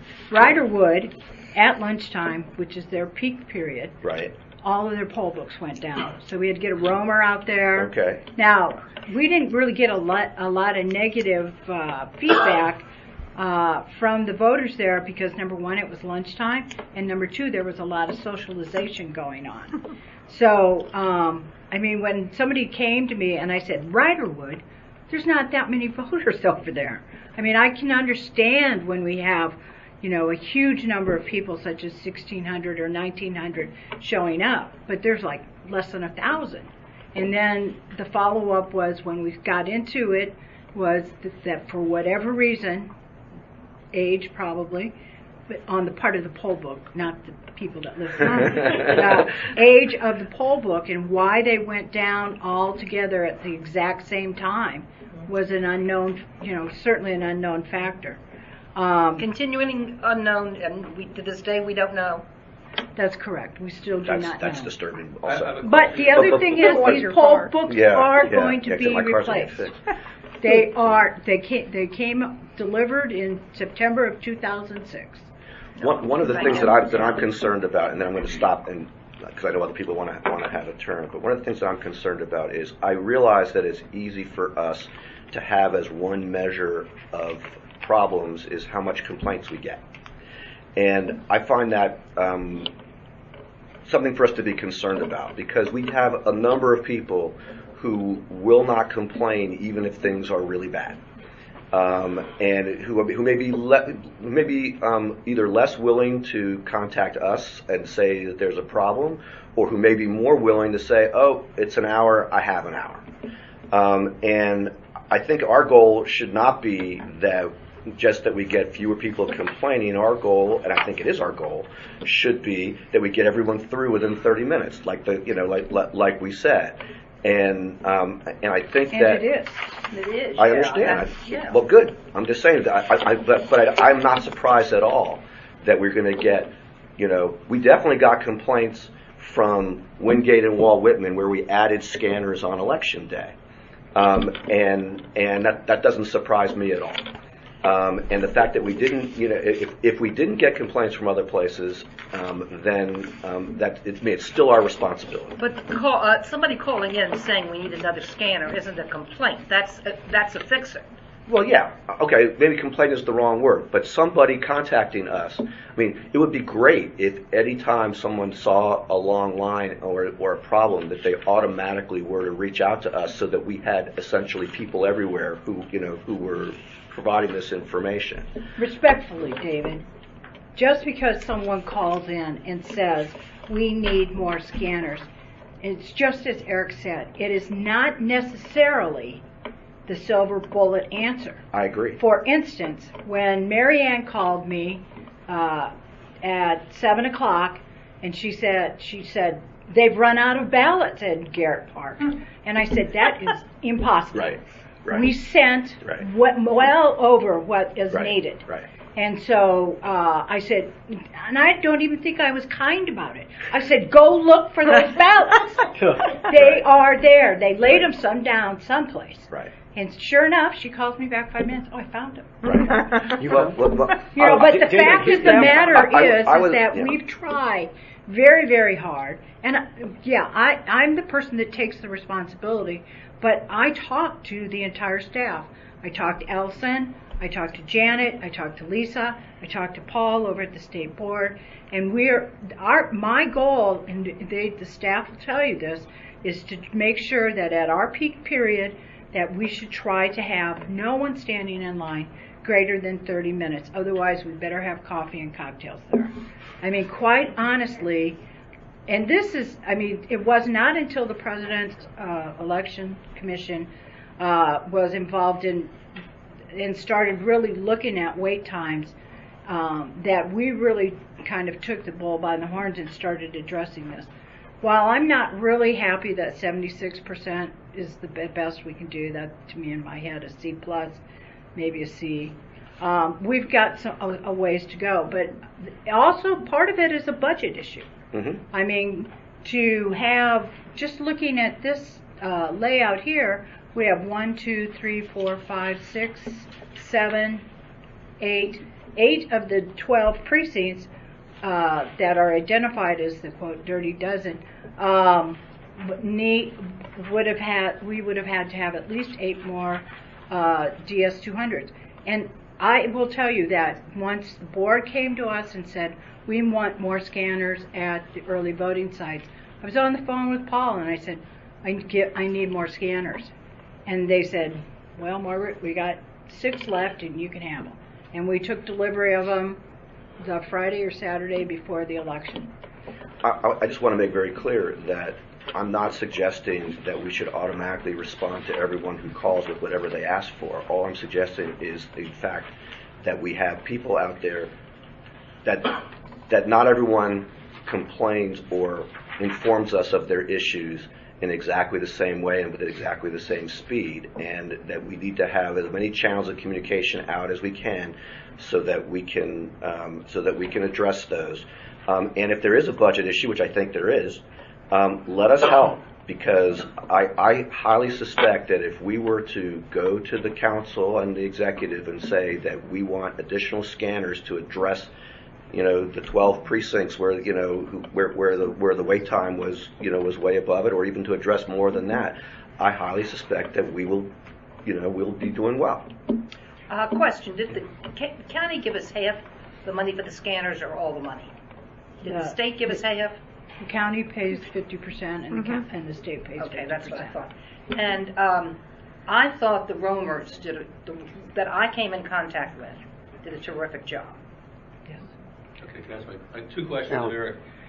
I was confused about one thing. Did you say there were some precincts that were near early voting sites that didn't have high percentages of voters going to the early voting?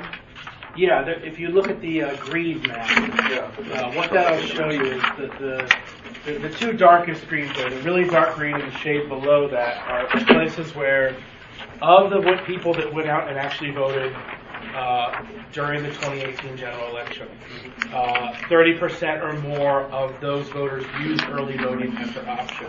So, for example, if you guys look right around Potomac, you'll see there's 5 or 6 precincts there in that darkest shade of green, and you can see that a lot of people in that area use early voting as their vehicle for voting on for this election. You see the same thing around Silver Spring and around Praisner. You go up Fears Mill Road past St. Catherine, you see a lot of precincts that they don't use the early voting. Right. And so, one of the things that we've been looking at is what are the reasons for that. If you see around EOB, around Bower Park, around St. Catharines. Now, St. Catharines was a new early voting center, and that's often pretty explainable. When you have a new center, it takes time for people to start using it. Well, and worse yet, it'll be history. Maybe worse or better. But that's true. But if you look at kind of that stretch from east of 270 for about 5 miles, going from Gaithersburg down to the spur, there you see a lot of pockets there. I do know one thing we've looked at is that is an area where there's a lot of low-level or non-English speakers in some of those areas. So maybe they're just not using early voting as much, and it could just be also how convenient the location is to them. In some cases, Silver Spring's a very compact area. It's very easy for people that live there to just get off the metro, stop off, and before they go home to their apartment. That might not be the same if you're up in Gaithersburg, for example. You're exploring this. You're exploring the analysis of why they. Is it possible to identify voters who voted in the general, didn't vote in early voting, and then send out a survey? Why didn't you vote there? Is that too?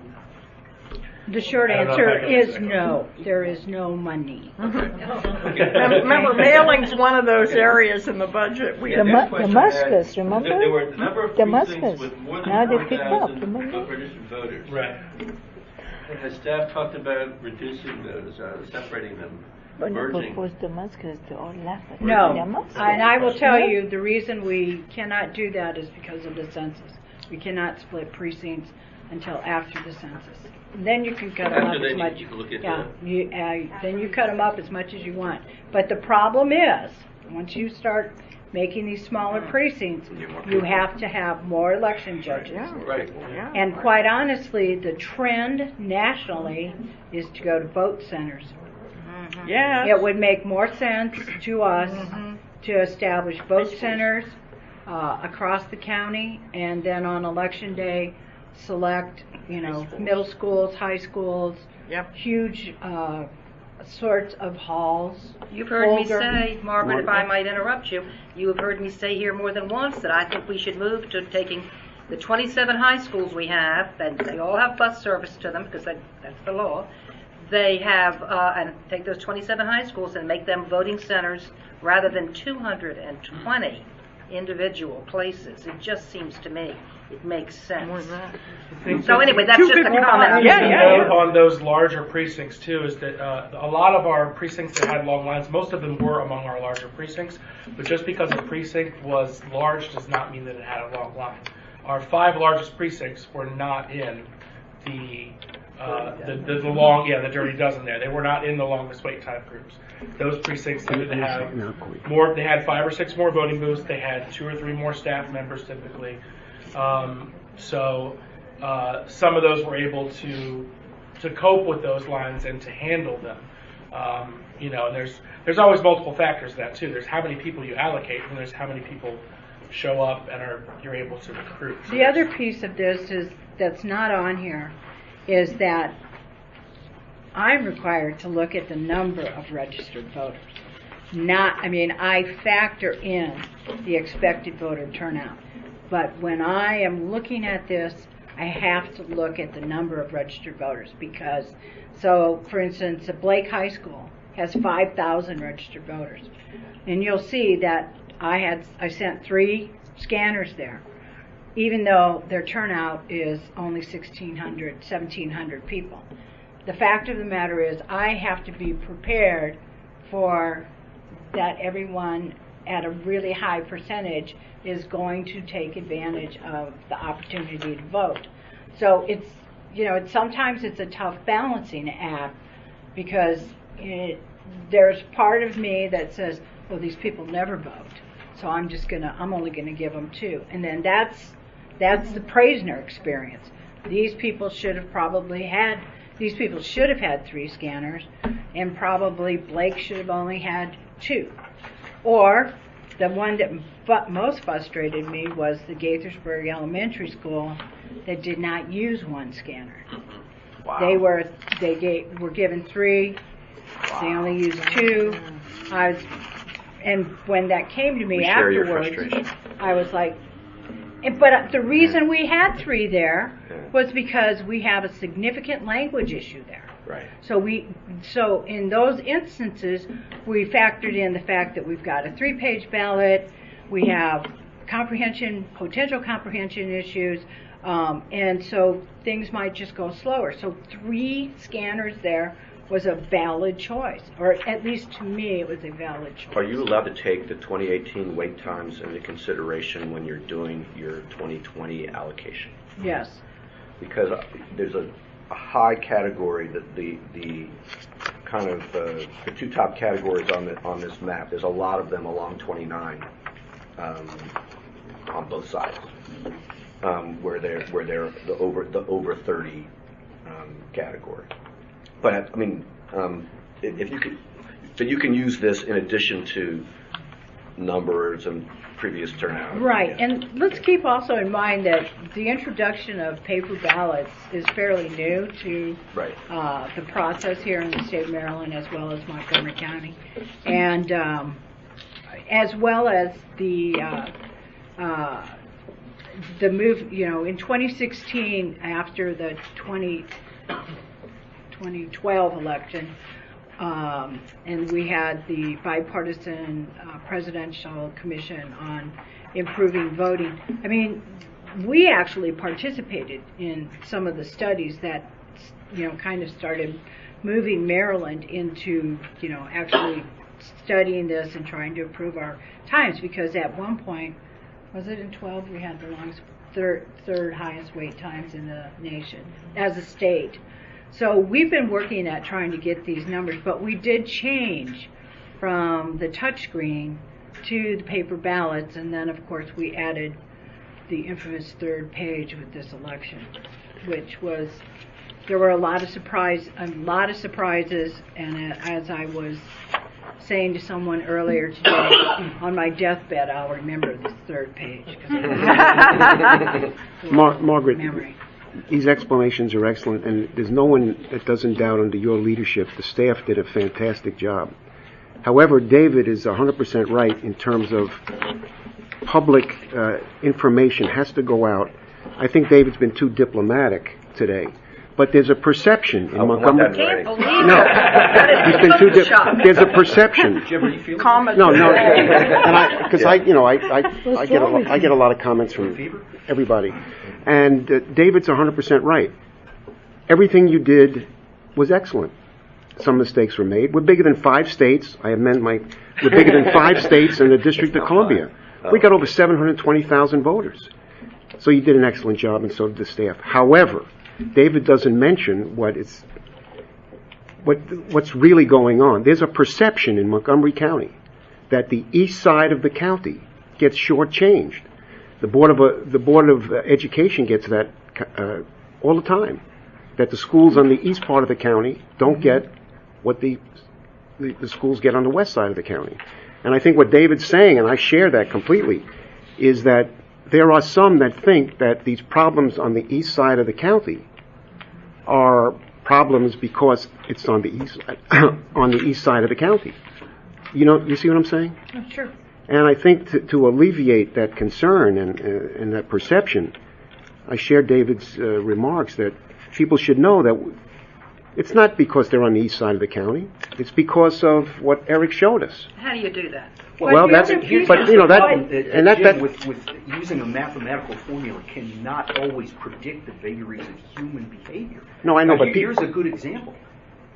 Could any formula or tweak to a formula that you could have devised have predicted that the people in the precincts surrounding Prisoner all would have thought they could vote at 523 after November 1, but that didn't happen to that level in other places? Well, but Alex, it did happen, because it happened. We had that experience when we were doing the canvass in the primary, where we noticed that the largest number of provisionals were coming in precincts that were around early voting centers, starting with Silver Spring Library. I think Silver Spring Library was in first place in the primary.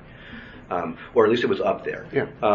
And we actually noticed a trend at that point. I would like to know how the numbers for provisionals in this election in some of these precincts that had large numbers of provisionals, how it goes back a few elections, and see what was different about this. Of course, the increased popularity of early voting probably has something to do with that, and that's an overall trend.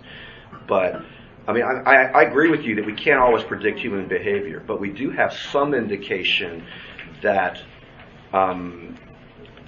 we have work to do to educate people about election day around early voting centers. And it looks like from the maps that we got, we have some really good evidence that the people who live in the precincts that are right around the early voting center are utilizing early voting. And that's great. But we have a mixed bag when it comes to what they do on election day. And part of it also is the reason why we don't have this problem of the election day waits around the early voting centers in Potomac and Damascus is just population density. There's just a lot more people in some of these other places. I wish the whole county could listen to what we're saying. Yeah. But there is a perception. And, we should do everything we can to dispel people. Give an example. Give an example. We What should can be done? put this information out for people to see, so that they can see for themselves what the process is. Like on the website? Yes. Oh, Let's start with that, or Not a big have Roberto or Margaret or whoever's going to be the spokesperson put out information that says here's how we allocate our scanners, or here's how we or here's what we plan to do in order to address the worst lines from 2018. And that'll have the extra benefit that, if the public out there were to understand that if we were to have more polling booths and more scanners, that we might have shorter lines, we might get some support for that will help us with the budget. What did you just say? Did you say more scanners? Sure, I think that's something we should take up and talk about. This board did it before. There's no reason we can't do it again. But more scanners won't necessarily solve the problem. In East County, there's 23 precincts. And of the 23 precincts that are on this list, in this list of 12, there's 2. What are you considering? What are you considering to be East County? I'm just talking about District 5. Well, I don't. So I'm just it's not. okay. It's not I just District 5. understand what you're saying, But it's Jim. predominantly District And 5. I'm also going to tell you that it's not just scanners. It's got to be people. Right. You need more. Right. Whether you have 2 scanners. You had 2 scanners in the 2016 election in almost all of your polling places, and you did not have lines. You did not have the kind of lines that are being complained about in this particular instance. Right. What I'm saying to you is not that scanners, please don't wrap your head that scanners are the only solution. What we need is more election judges that are trained and know how to do their job. Yes. I agree. Okay? Agreed. It is more important for us to get another 500 judges Absolutely. than it is for us to get scanners. Because if we have a 2-page ballot, guess what? We're not going to have as long of a wait to get the ballot. We're not going to have as long of a wait to fill out the ballot. We're not going to have as long of a wait to scan the Let's think ballot. of some techniques. One is to get them more pay, clearly. Another is to do more advertising. Another might be on our website once a month, or maybe no specific time, that Jim has a letter from the president, or there's a letter from the supervisor director that is not very long. I'm talking a couple of paragraphs that make some of these explanations that you're talking about. That's a way to get it out. Yes. And then we set up a program to a way to get more judges. And like I say, paying them more would certainly be. I'd like to add one more, incentive. which is that we should consider supporting legislation to move the date of the June election, to make it closer, make it closer to the end of school, which would also help us with the school construction issue. But I think that we're more likely to be able to recruit people on the Tuesday after school is out than we are a week later, which is what we have now. And let's do that. Let's have a list or whatever we do of ways to get more judges, and then let's move ahead with that list and not talk about it anymore. Just do it. Jim, I had one question to Sure. Eric. Eric, if I read your presentation correctly, did you say that you could not find a correlation between high early voting turnout and shorter lines on election day? It was a mixed bag. I mean, there were places where that definitely had an impact. If you look at Riderwood, for example, almost nobody there voted early voting. They had some vote by mail, and they had long lines because few people used early voting, and they all went to vote in the same 3 to 4 hour span of the day. But if you look at the wait times, the orange, you'll see that in certain areas like Potomac and Damascus, they had really short wait times. But in other areas like Silver Spring and near Lawton, Rockville, where EOB is, they had long wait times in those locations. So there wasn't a lot of correlation between how much, there wasn't a consistent pattern overall. I think you could say in a few places there were long lines because people didn't use early voting, but on the whole, there wasn't a correlation between early voting participation and wait time on election day.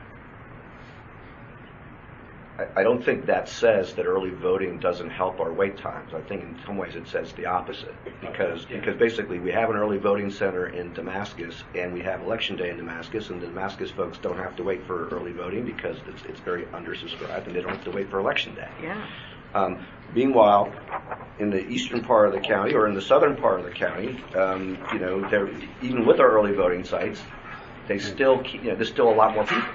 Well, and that was one of the justifications for implementing early voting, was that there was a correlation. Right. Well, no.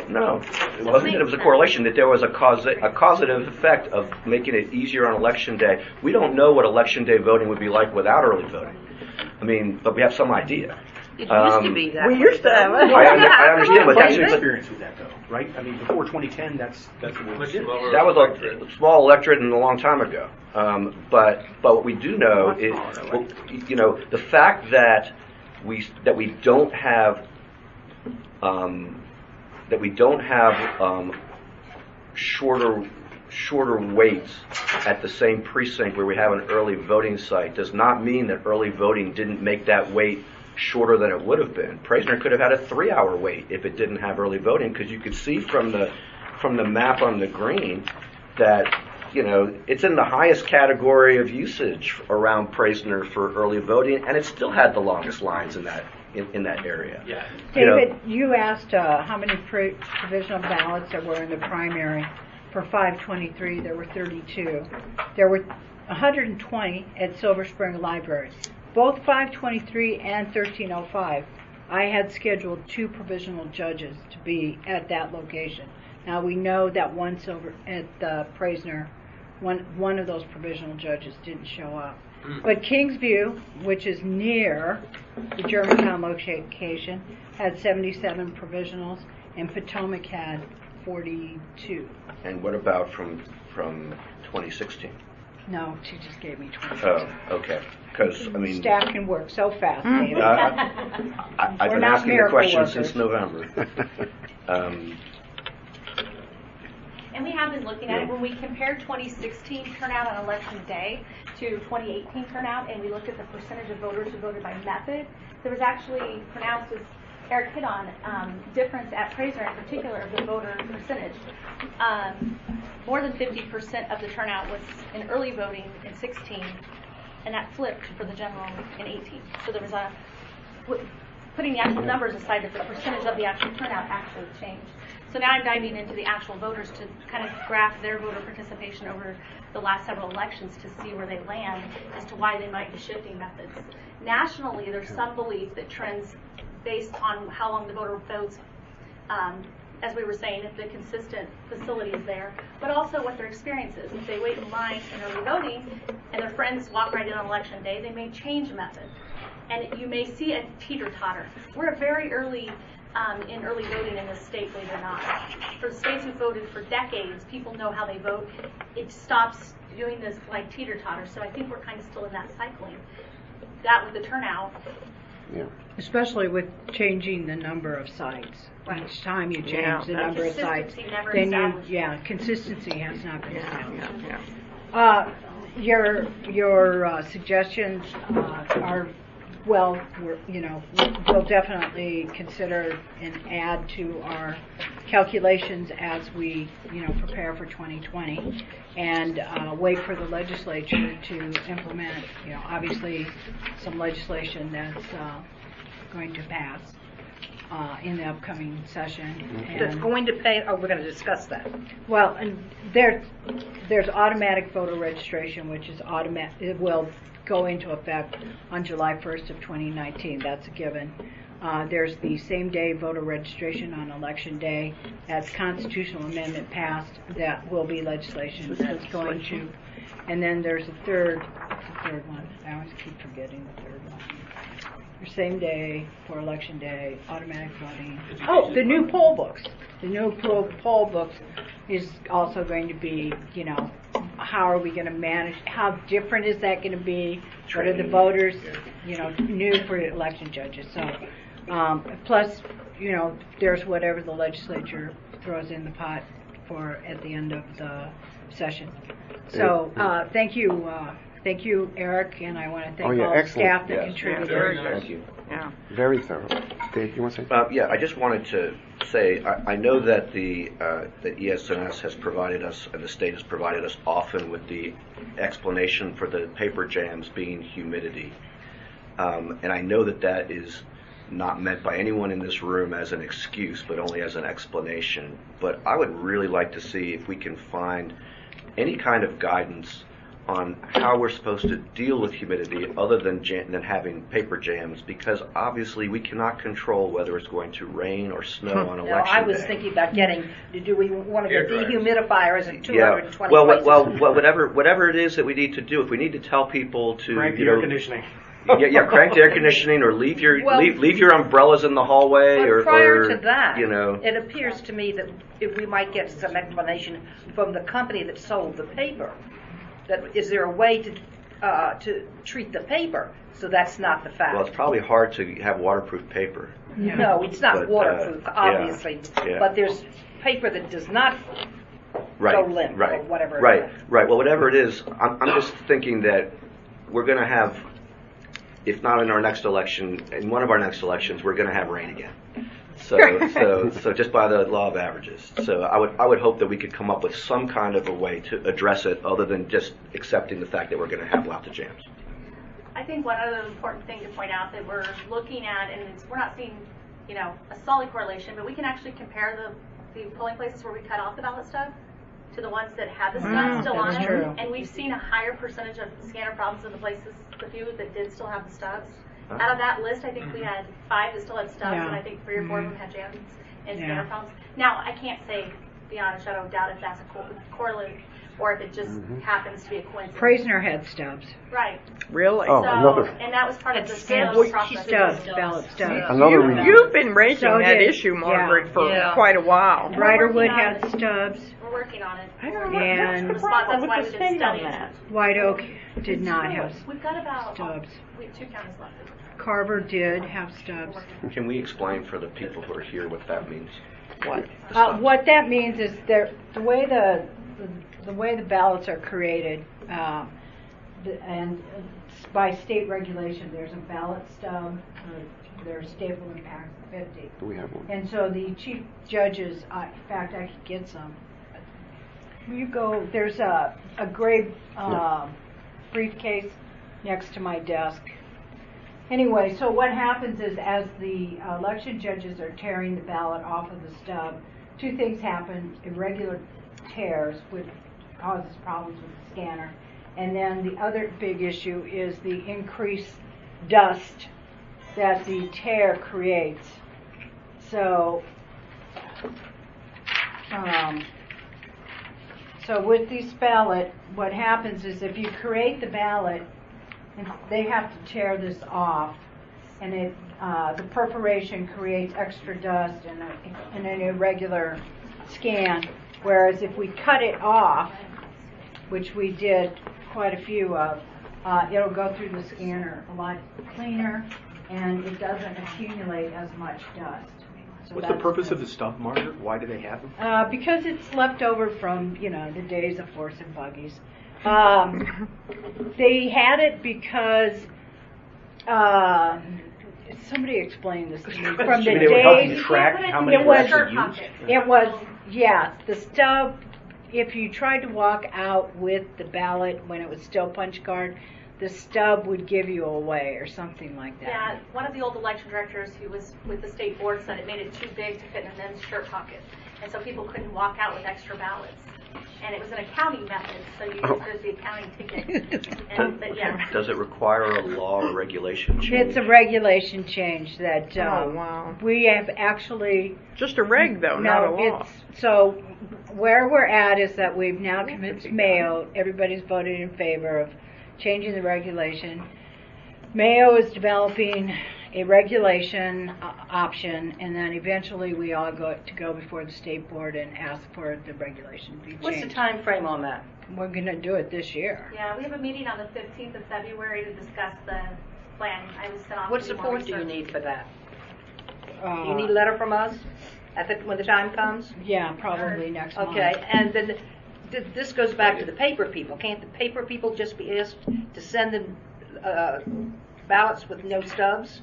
Oh, they would love to. I mean, We need the regulation to change. Yeah, this is a loss leader for them. They would love to be able to get rid of the stubs. And If they'd make more money. Savings, right. Good old capitalism. Okay, so if there's no further questions, there's another topic that we need to hit. Are we going into new business? Yeah, new business. New business. First of all, I would like to compliment all of the staff, and we did receive a letter that unfortunately I couldn't lay my hands on, just like I can't find the agenda. 40 of our staff adopted 40 kids, and linkages of learning were gifted by the Board of Election staff for the holidays. So good job, staff. Legislation, Allison McLaughlin. The chart that I provided you that's in your packet is literally a copy and paste off of the General Assembly's website. That is the bills that have been, that are available, that have been introduced to this point. I'll really sort of take a look at your body language and defer to you as far as how much conversation you all want to have about the state legislation. Because there's an array of different issues here. The primary issue that I know that Margaret has already communicated we really need to get some feedback from the board on. Or no is feedback. Your position, to the extent that you have one, on expanding the number of early voting sites. You do have a bill, it is House Bill 79, which would amend current law for the brackets of the number of early voting sites for each population tier, or voter registration count tier, pardon me. And the effect for Montgomery County would be that we would go from having 11 early voting sites to 13. My understanding is that is a perception of what Montgomery County needs or wants. And so the question is that something that the Montgomery County Board of Elections thinks we need or want? Just of the bill introducer right the now. Sponsor. So that is the first and foremost question. I think I will stop there. We can talk about other issues such as you want, but I know Margaret really wants to make sure we get your feedback on this question of expanding our early voting capacity. Is there a Senate There companion? is no companion bill as of this time, but they can still introduce bills. But MACO is in the process of developing a position on this, and I was asked to bring this before the board to what their thoughts were about increasing the number of early voting centers from 11 to 13. Now, this piece of legislation has also gone to the county executive suite with regard, because there is a significant cost factor with it. I don't know what the cost factor is because I'm still trying to put together the fiscal note. I received this on Thursday night or Friday, and I've been working on the fiscal note, and I believe I have to have it in by this coming Friday. Well, I'd just like to open the conversation to the board. When you first sent it to me, my first reaction is that this is something that we should not get involved in. It seems to me this is a political/legislative issue. We're here to implement and enforce the laws, but I think that question is outside of our bailiwick. I think that's a political/legislative decision, and whatever decision's made, we enforce it and we put it together. That's my initial thought. David had. Oh, I'm sorry. Oh, okay. He was first. Oh, go ahead. Well, I guess I disagree that this is strictly political, because we've just had this big discussion about, problems that we've encountered due to numbers of voters, et cetera, et cetera. And so certainly we should weigh in with the information that we have given our role, and whether we feel, the need for, as we see it in our role, for additional sites, which, given the conversation we just had, I think we do. But that's just off the top of my head thought. I agree with Mary Ann. I had when we got the email from Margaret, I had an opportunity to have a very brief exchange of emails with Delegate Lukey, and he said that the entire motivation for this legislation was complaints about essentially the Lawton and Potomac situations and the need to have overflow for those two places, neither of which are in his district. This is not about that. This is about just that. And I know, Jim, that you and I have talked about many times that one possible solution to the Potomac issue is to go somewhere else. That's not my preferred solution. I would think that additional add to it. Right, exactly. I would think that additional sites would actually be more in the interest of the voters than because every time we move polling places, especially one that's as popular as that one, that has a negative effect. So I would hope that the board would support, we don't have to support the bill necessarily, but we would at least support legislation to add early voting, to add the 2 early voting centers, and maybe to increase the morning hours for early voting, because I think a lot of our voters would ordinarily vote on their way to work, but they can't for early voting. They can for the presidential at 8 a.m. For the presidential general. I'll just interrupt to clarify. I had attempted to separate the questions because in my mind they are different matters for the board to take up as a matter of policy. The bill, House Bill 79, would expand the number of early voting centers, and it also would make the voting hours in a gubernatorial general election the same as the voting hours in a presidential election. Mm-hmm. So basically in primaries you'd have 10 to 8, and then in a general election it would be 8 to 8. Mm-hmm. That makes sense. For my convenience, I'd prefer you address the questions separately, but if you want to address it together, that's up to you. No, I think addressing, the cost of increasing or the manpower needs, the cost needs, but in terms of the political decision to go from 11 to 13, I don't think that's our job. I think whatever they decide, we then enforce. I think it's a political question, which we shouldn't be involved in. I think it's more than political. No, go ahead. Once you overcome the financial issue, it expands the electorate, and I believe that Delegate Lutke and people would want us to weigh in on the needs. What kind of needs will we have if you expand early voting in this way? How many more people will you need? How many more scanners will you need? How much more money will it cost you? And those are factors that the MLIS will be considering when it puts in the fiscal note to the bill, and you, the staff, can weigh in with anybody else on that. Politically, when it comes to the electorate, I'm imagining that you could keep, if you had 2 more early voting sites, you could keep the Potomac early voting site and then go up and add Dasik, for example. That would put relief of the pressure there. And we're talking about Route 29, thinking, well, maybe is there a place around Burton Mills or someplace up that way? The White Oak Rec Center. White Oak to relieve the pressure on Praisner, and also to relieve the pressure on Praisner as a polling place.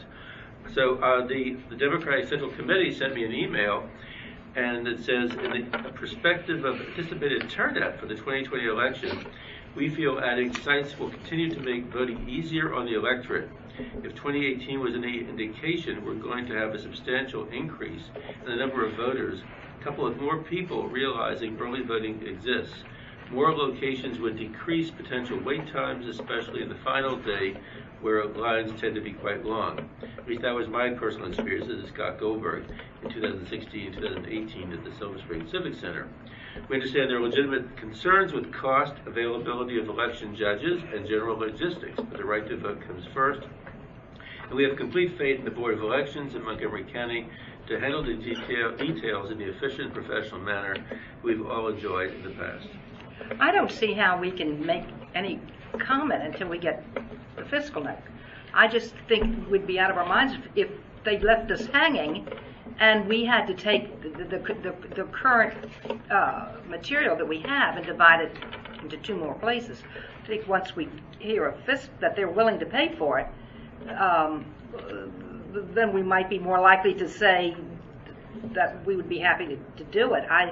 The money really bothers me. Because the county's already said they want to cut us by up to 4%, right? Well, what Alan said, my view is if they raise it to 13, then we should share our concerns, budgetary, personnel. But I don't think we should. My view is, well, you heard my view. I just think that. You want us to stay out of it? You think we Well, should no. stay I out mean, of we it? should stay in it. In other words, tell them the budget needs, the personnel needs, if they do it. Because a lot of people don't like early voting. So a lot of people do. So to me, it's a partisan issue. In 2015 and 16, this board, I believe unanimously, supported an additional 10th early voting site for Potomac. Correct. And I believe we did so without knowing exactly how much it was going to cost. We did it because we thought it was in the interest of the voters to have additional early voting sites. But that's not true. I did give there was a cost share.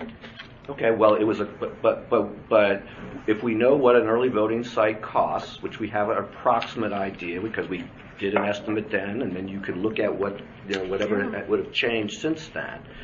I think that it's a bit of a stretch to suggest that we have to wait for the actual cost estimate in order to support the need for additional places. Maybe we should put this as an agenda item and invite the public to weigh in. Well, the hearing is on February the 5th, so that's next week. Mike?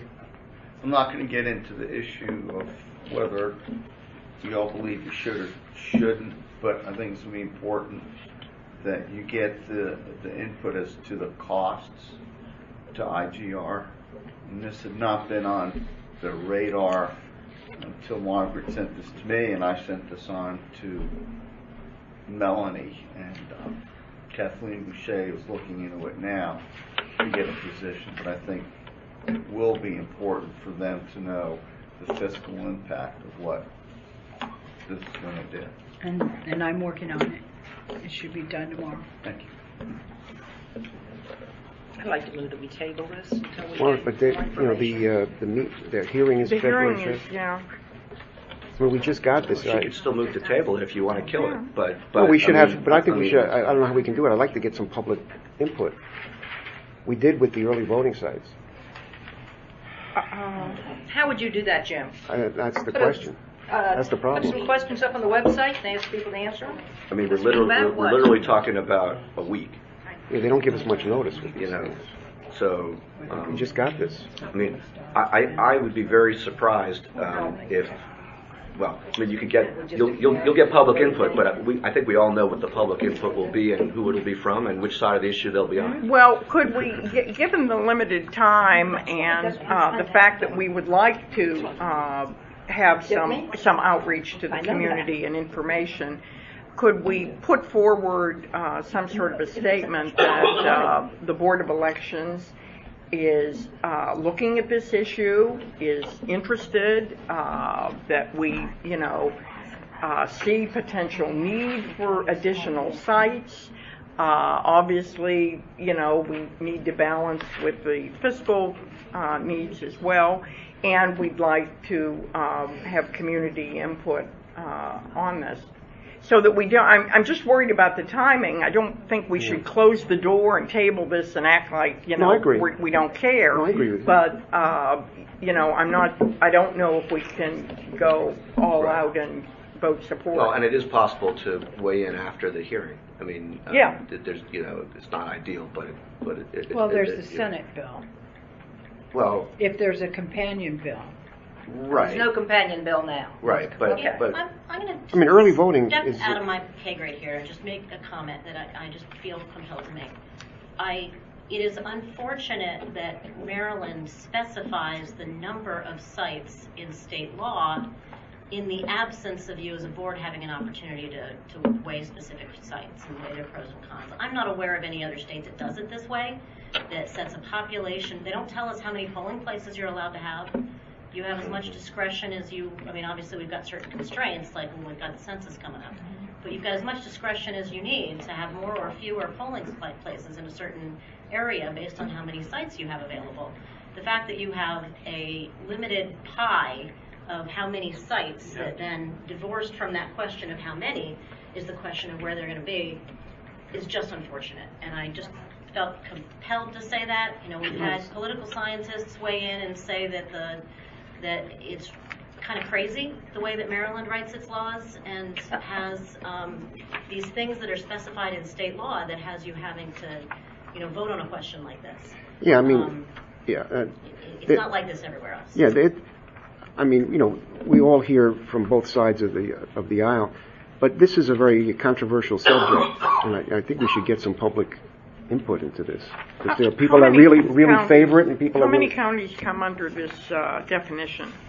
It says that you have more than 600,000. Is it just us? Just or us, I believe. Not even Of this Prince one, George? I read the bill on my No, there's computer. 4 and counties, I believe. Yeah, there are other counties that this, but not necessarily 13. The number 13. Other counties have Well, other no, numbers. they have different Yeah. There are several numbers, changes in but the I numbers. mean that ones that have over There's 600,000. There's a new bracket that's inserted. There's a couple of counties that are nearing the point of, I forget exactly where the threshold is, but there's a couple of counties that are nearing the point where they would jump from having 7 sites to 11 sites. So it inserts a new bracket for counties that would have 9 sites. There's some tweaks throughout the brackets. Okay. I mean, if we put this as so it is. if we have the public invited at the February meeting, is that too late?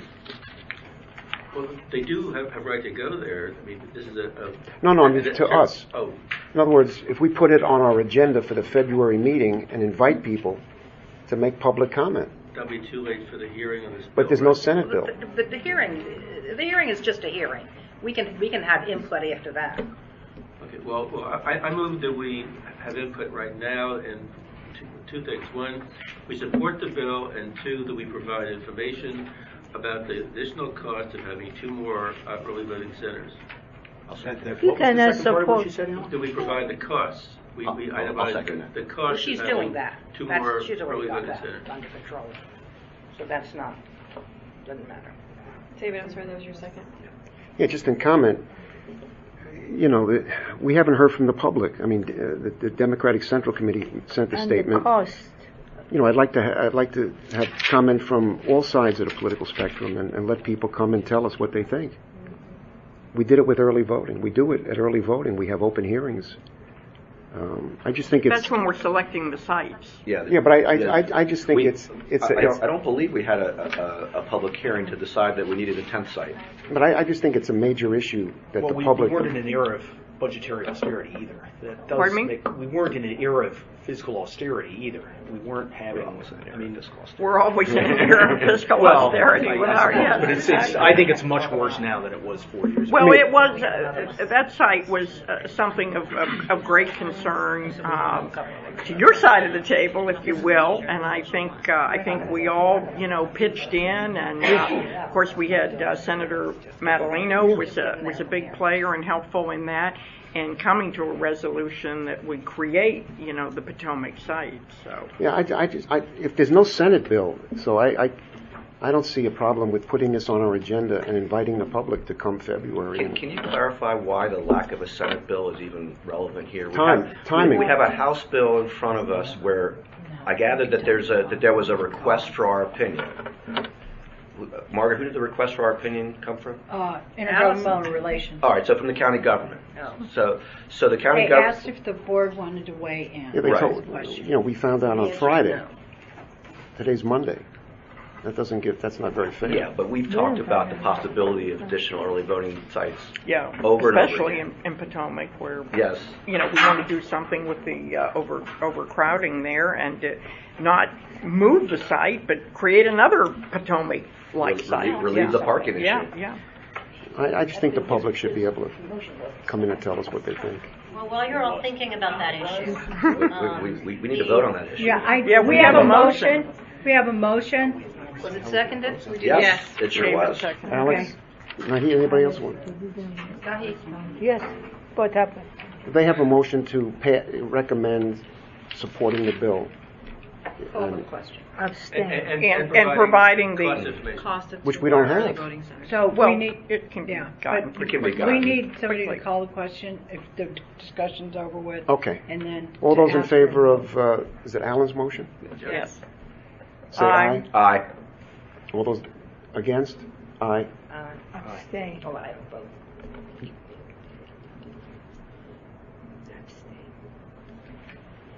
It doesn't pass. Okay. Okay, we'll put it, does the board request that we put this on for February? Yeah, I'd like to get information out to invite the public. Okay, that will happen.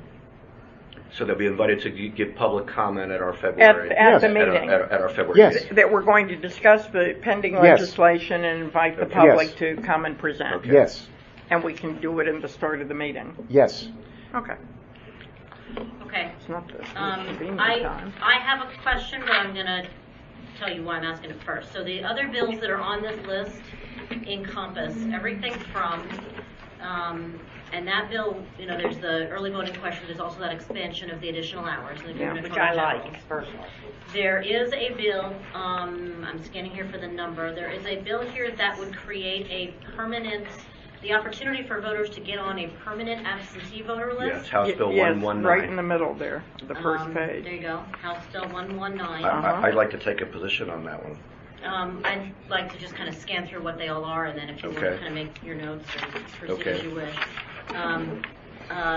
There is a bill here that would, that problem that we've had before in the voter registration deadline of these different times, the different times of the deadline, it would just get rid of that 9 p.m. deadline, so that the deadline would be 5 o'clock for any other method, and midnight if you're using the online voter registration. 11:59 if you're using the online voter registration portal to which one? register. Can you say what or House 5 bill you're o'clock. discussing? This is House Bill 172. My apologies. Could you explain again, Allison, what that one is? Right now, the voter registration deadline is 9 p.m. If you're coming into our office, right now the voter registration So it would deadline no is 9 longer be p.m. open in the evening. It would basically be normal business hours unless you're doing it online, and then the online would be 11:59. We frequently have the issue, we've extended office hours, we're open until 9, and then we're getting calls at 9:01 from people who are freaking out because they weren't able to do it online. They try to do it online at like 9:02. And the state has this challenge of having to shut down their system at the right time on the voter registration deadline. Whereas if it's the right date, it's the right date, if it comes in on the voter registration deadline, allowing that online transaction to be done that day through midnight. But obviously, other methods have to be here. So the bill would make the in-person deadline a few hours earlier and the online deadline a few hours later? Yes. Yes. Okay. There is also a bill that would direct the Board of Elections, the State Board of Elections, to create regulations on the handling of voter registration data. When people buy it, when people obtain voter registration data, and then it would set criminal penalties for people who become aware of a breach of voter registration data and don't report it. What House bill is that? That is, I didn't write down the House bills as I'm going through this. That is 174. House No. Bill.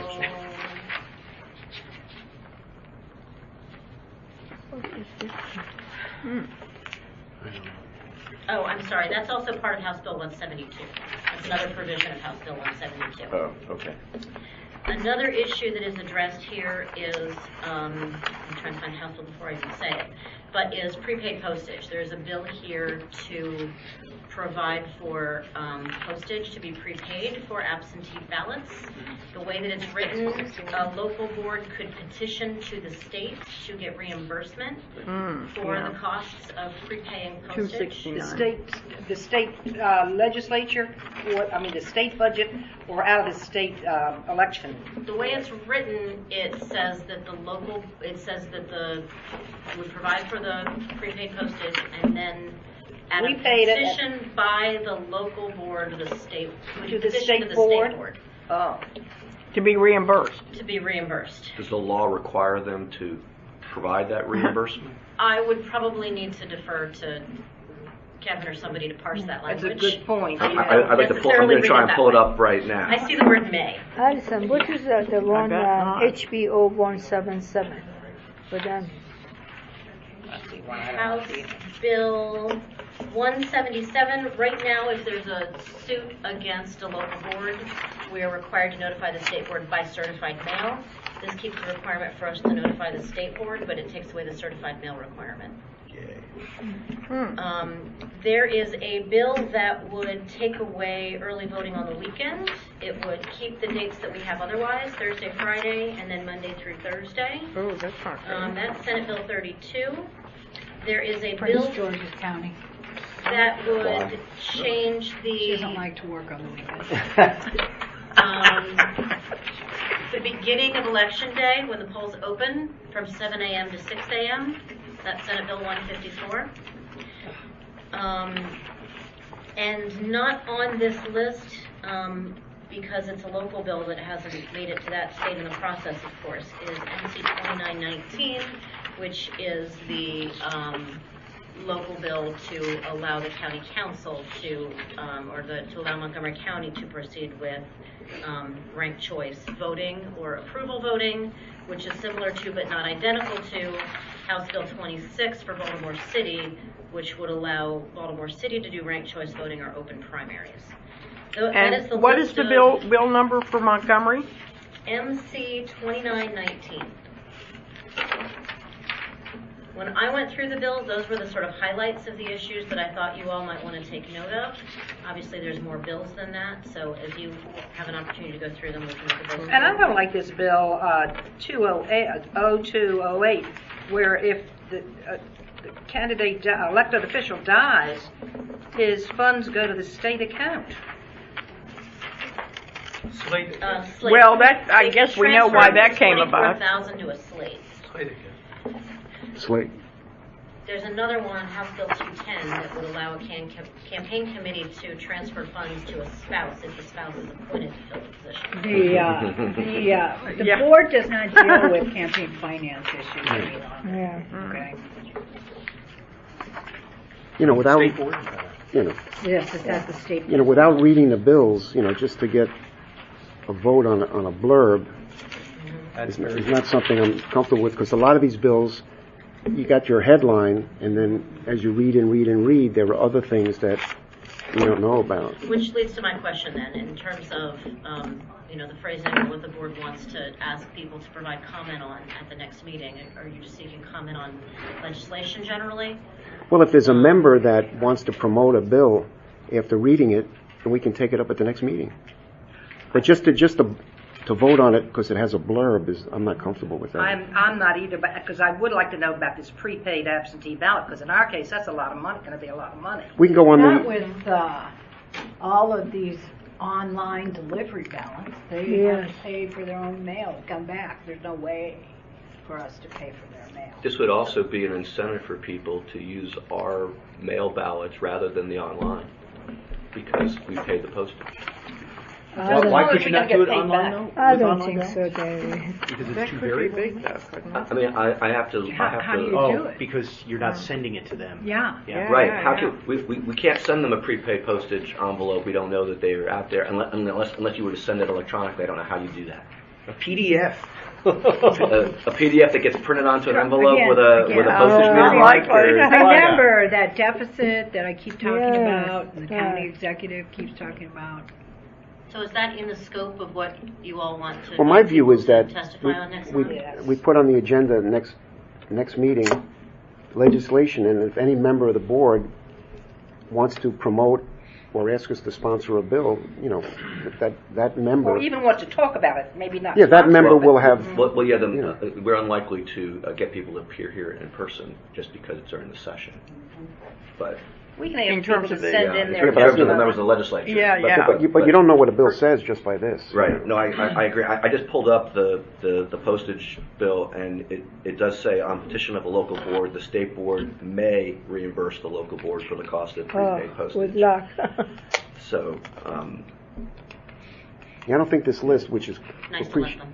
No, it's a good list to have, but it gives us the path to look it up ourselves, I think. I'm sure can I it's ask gonna grow. whether there would be a consensus on at least the idea of a House Bill 119, which is the permanent absentee ballot list? That would allow people to essentially, especially the elderly, for example, to opt into absentee ballots and not have to reapply every election.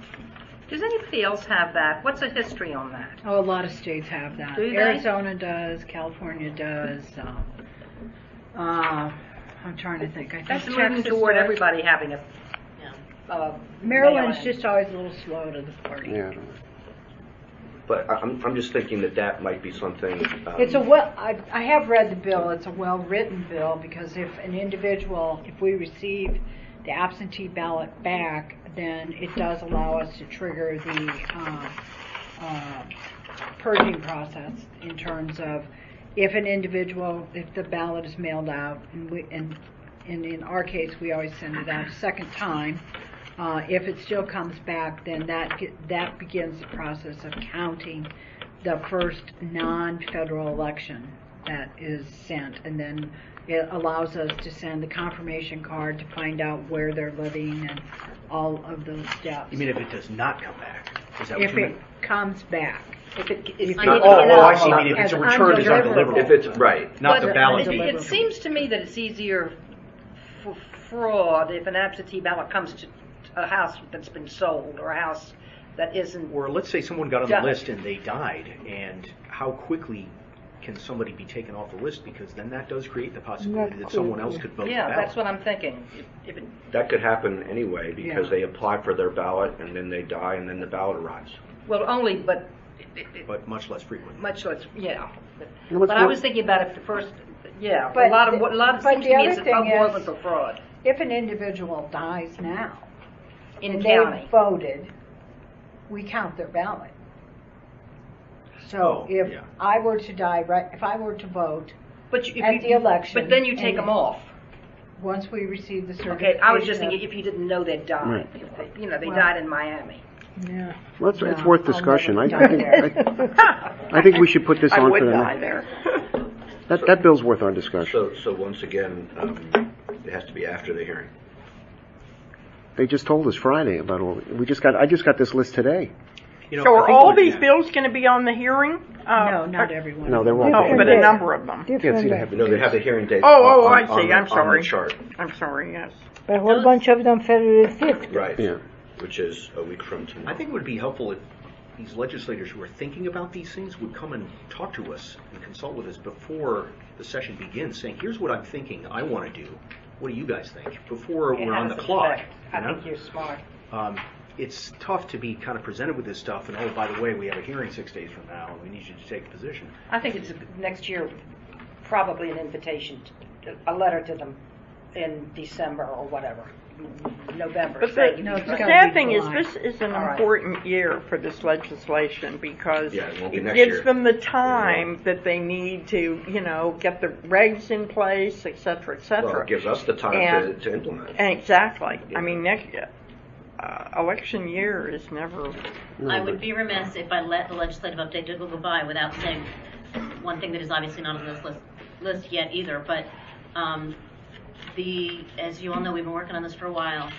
The board of the Maryland Association of Election Officials at its last meeting voted unanimously to pursue the option for counties to open absentee ballots earlier. So it's been kind of good.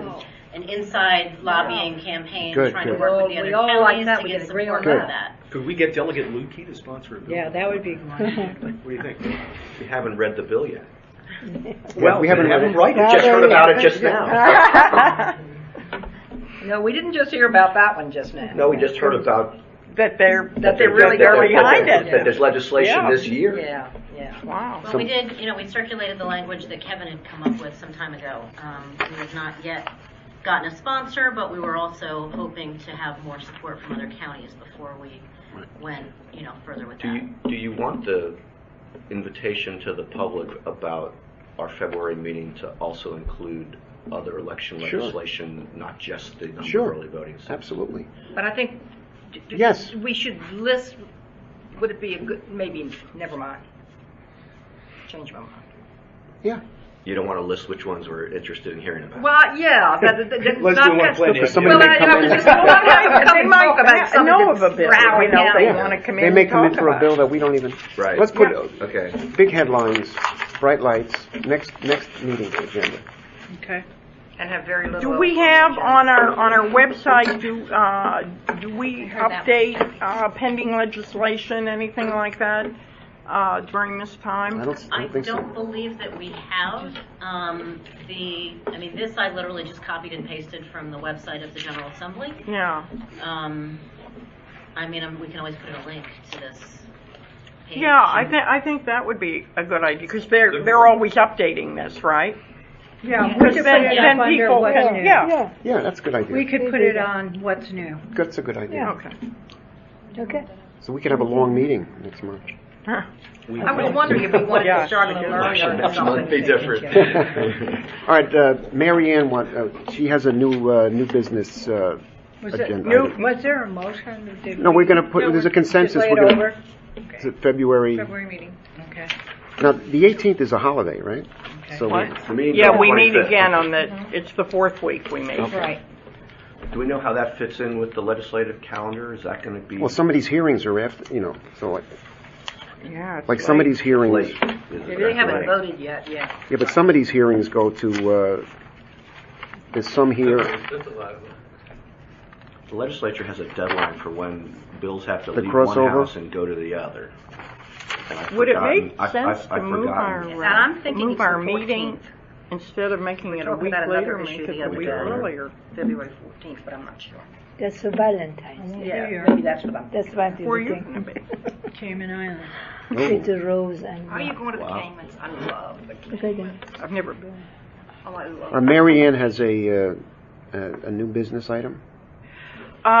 As you are all aware on both sides here, it's that time when our various political parties are soliciting candidates for the Board of Elections.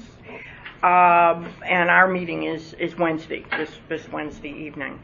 I had a conversation with David a little over a week ago when right after our party reached out and said that they were taking it up on that date, and I had intended at that time to run for a third term, but I've been thinking of it long and hard. I have talked with family and friends, and I've decided I'm not going to seek another term.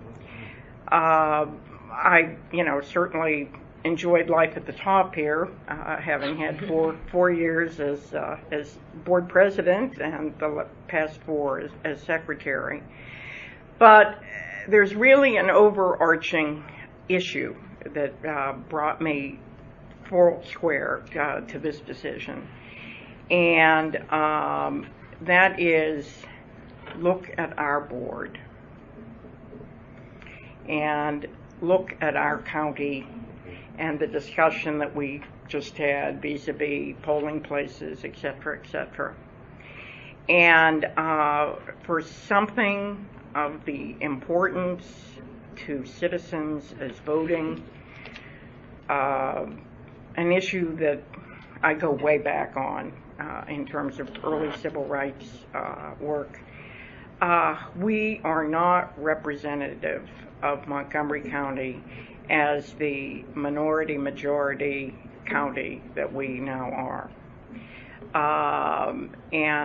This has bothered me for some time, and I've talked to some people about it going back a year or so. And I think we all also know that there's a certain I don't want to say power of incumbency. Power is not the right word, but incumbents seeking office often have a little bit of a leg up.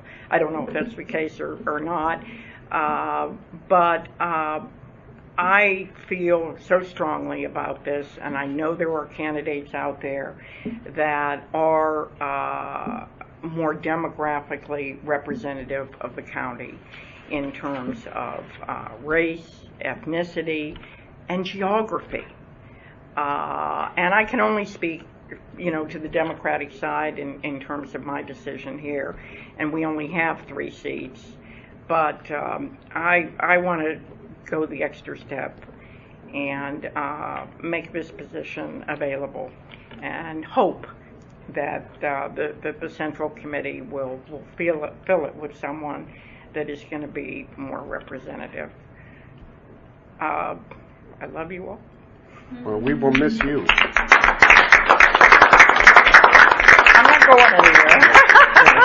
And we have 4 more months of this fun, so, Well, we'll save the good remarks for another meeting. But we will miss you.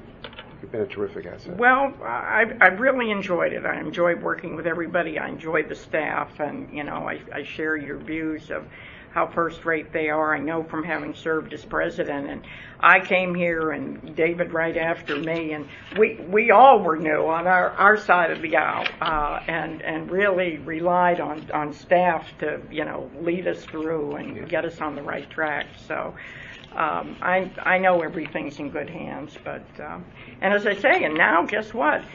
I am going to be free from my nonpartisanship to weigh in on some of this stuff. Come June. The truth comes out. Well, the hospitality suite in Ocean City will always be open for you. How can I miss Ocean City? I'm going to second what Jim said, that there'll be another occasion to talk in greater detail, but Marianne and I have known each other for a very long time, almost 30 years, and you've had great accomplishments, both obviously on the board as president, as the last 4 years as secretary, but also from going all the way back all over those 30 years. So I will miss you, but I totally and completely understand.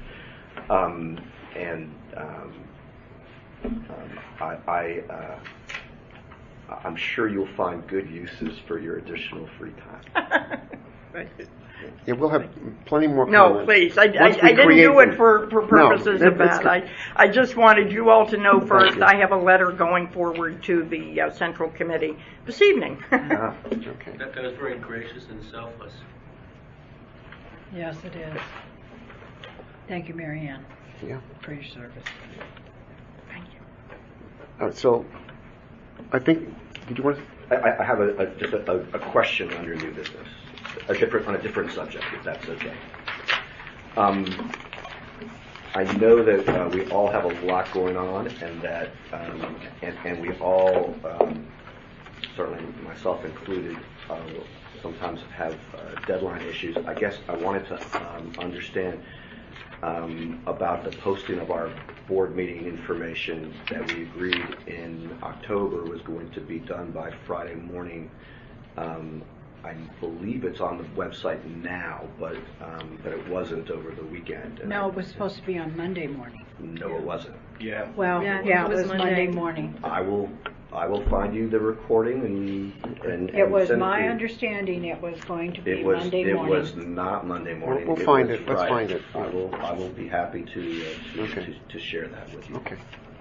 If need be, we can have a motion and we can vote on it. But Monday morning for a Monday afternoon meeting does not give the public the opportunity to weigh in with us prior to the board meeting that they would have with Friday. You may recall that I had suggested Wednesday of the previous week, and that we had agreed that the stuff was going to come to us on Thursday night and to the public on Friday morning. If it's there, we're going to change it to Friday. I mean, if that's what we agreed to. No, we agreed Well, to Monday it might have morning. been Friday, but I'm trying to remember, was it only for certain things? Yes, it was. Yeah. What things? Yeah, I mean, Well, let's, Stuff what at was the it table. that you were looking The for that stuff was at the not table on that there? would be up on the website on I Monday. don't know Well, what almost nothing was on there on Friday. I personally would have loved to have received this information on Friday. I would have poured over it over the weekend. I would have had an opportunity to, and so would the rest of the public. It's very rich. I mean, this is very, useful information. But it obviously, I work for a living, and I know that many of us do, and those, and all of us are busy. And the idea that, for us to get information like this on the day of the meeting severely limits our ability to analyze it, think about it, talk to other people about it. And so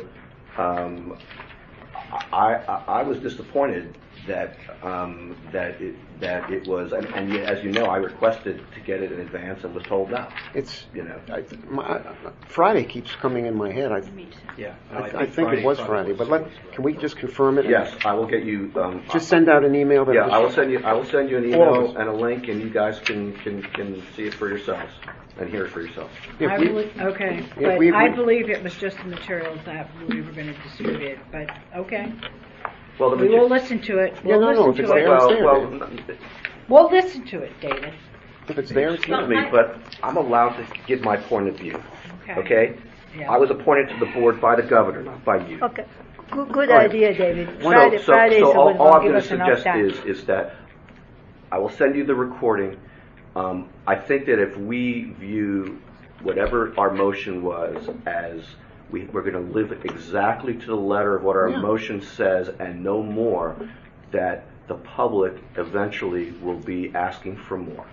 So the more transparency we have, the better off we're going to be in terms of public acceptance of our activity. I agree. Thank you. I agree. Okay, so that, the future meetings we have, you see that. Do we have a motion to go into executive A session? move we go to Oh, I forgot executive All right, is there a second? Second. Well, do we have to adjourn? Well, Yeah. are we going to go back in? Do you Yes. want- We No, can we are adjourn. not. well, We don't can have adjourn the anything board up meeting. there. Well, we have, no, we have, don't we have to Yeah, go? just do it within the board. Yeah, let's do it. I don't think Go to executive session, everyone will have to leave, and then we'll go back into, Yeah, and then we'll And then, adjourn. and then and then adjourn in Yeah. public session after the 2 executive seconds. session. Okay. Pretty sure we've adjourned. So do we have a vote? We're going to go. Regular meeting. Sorry. I second that motion. Oh, all those in favor? Aye. Aye.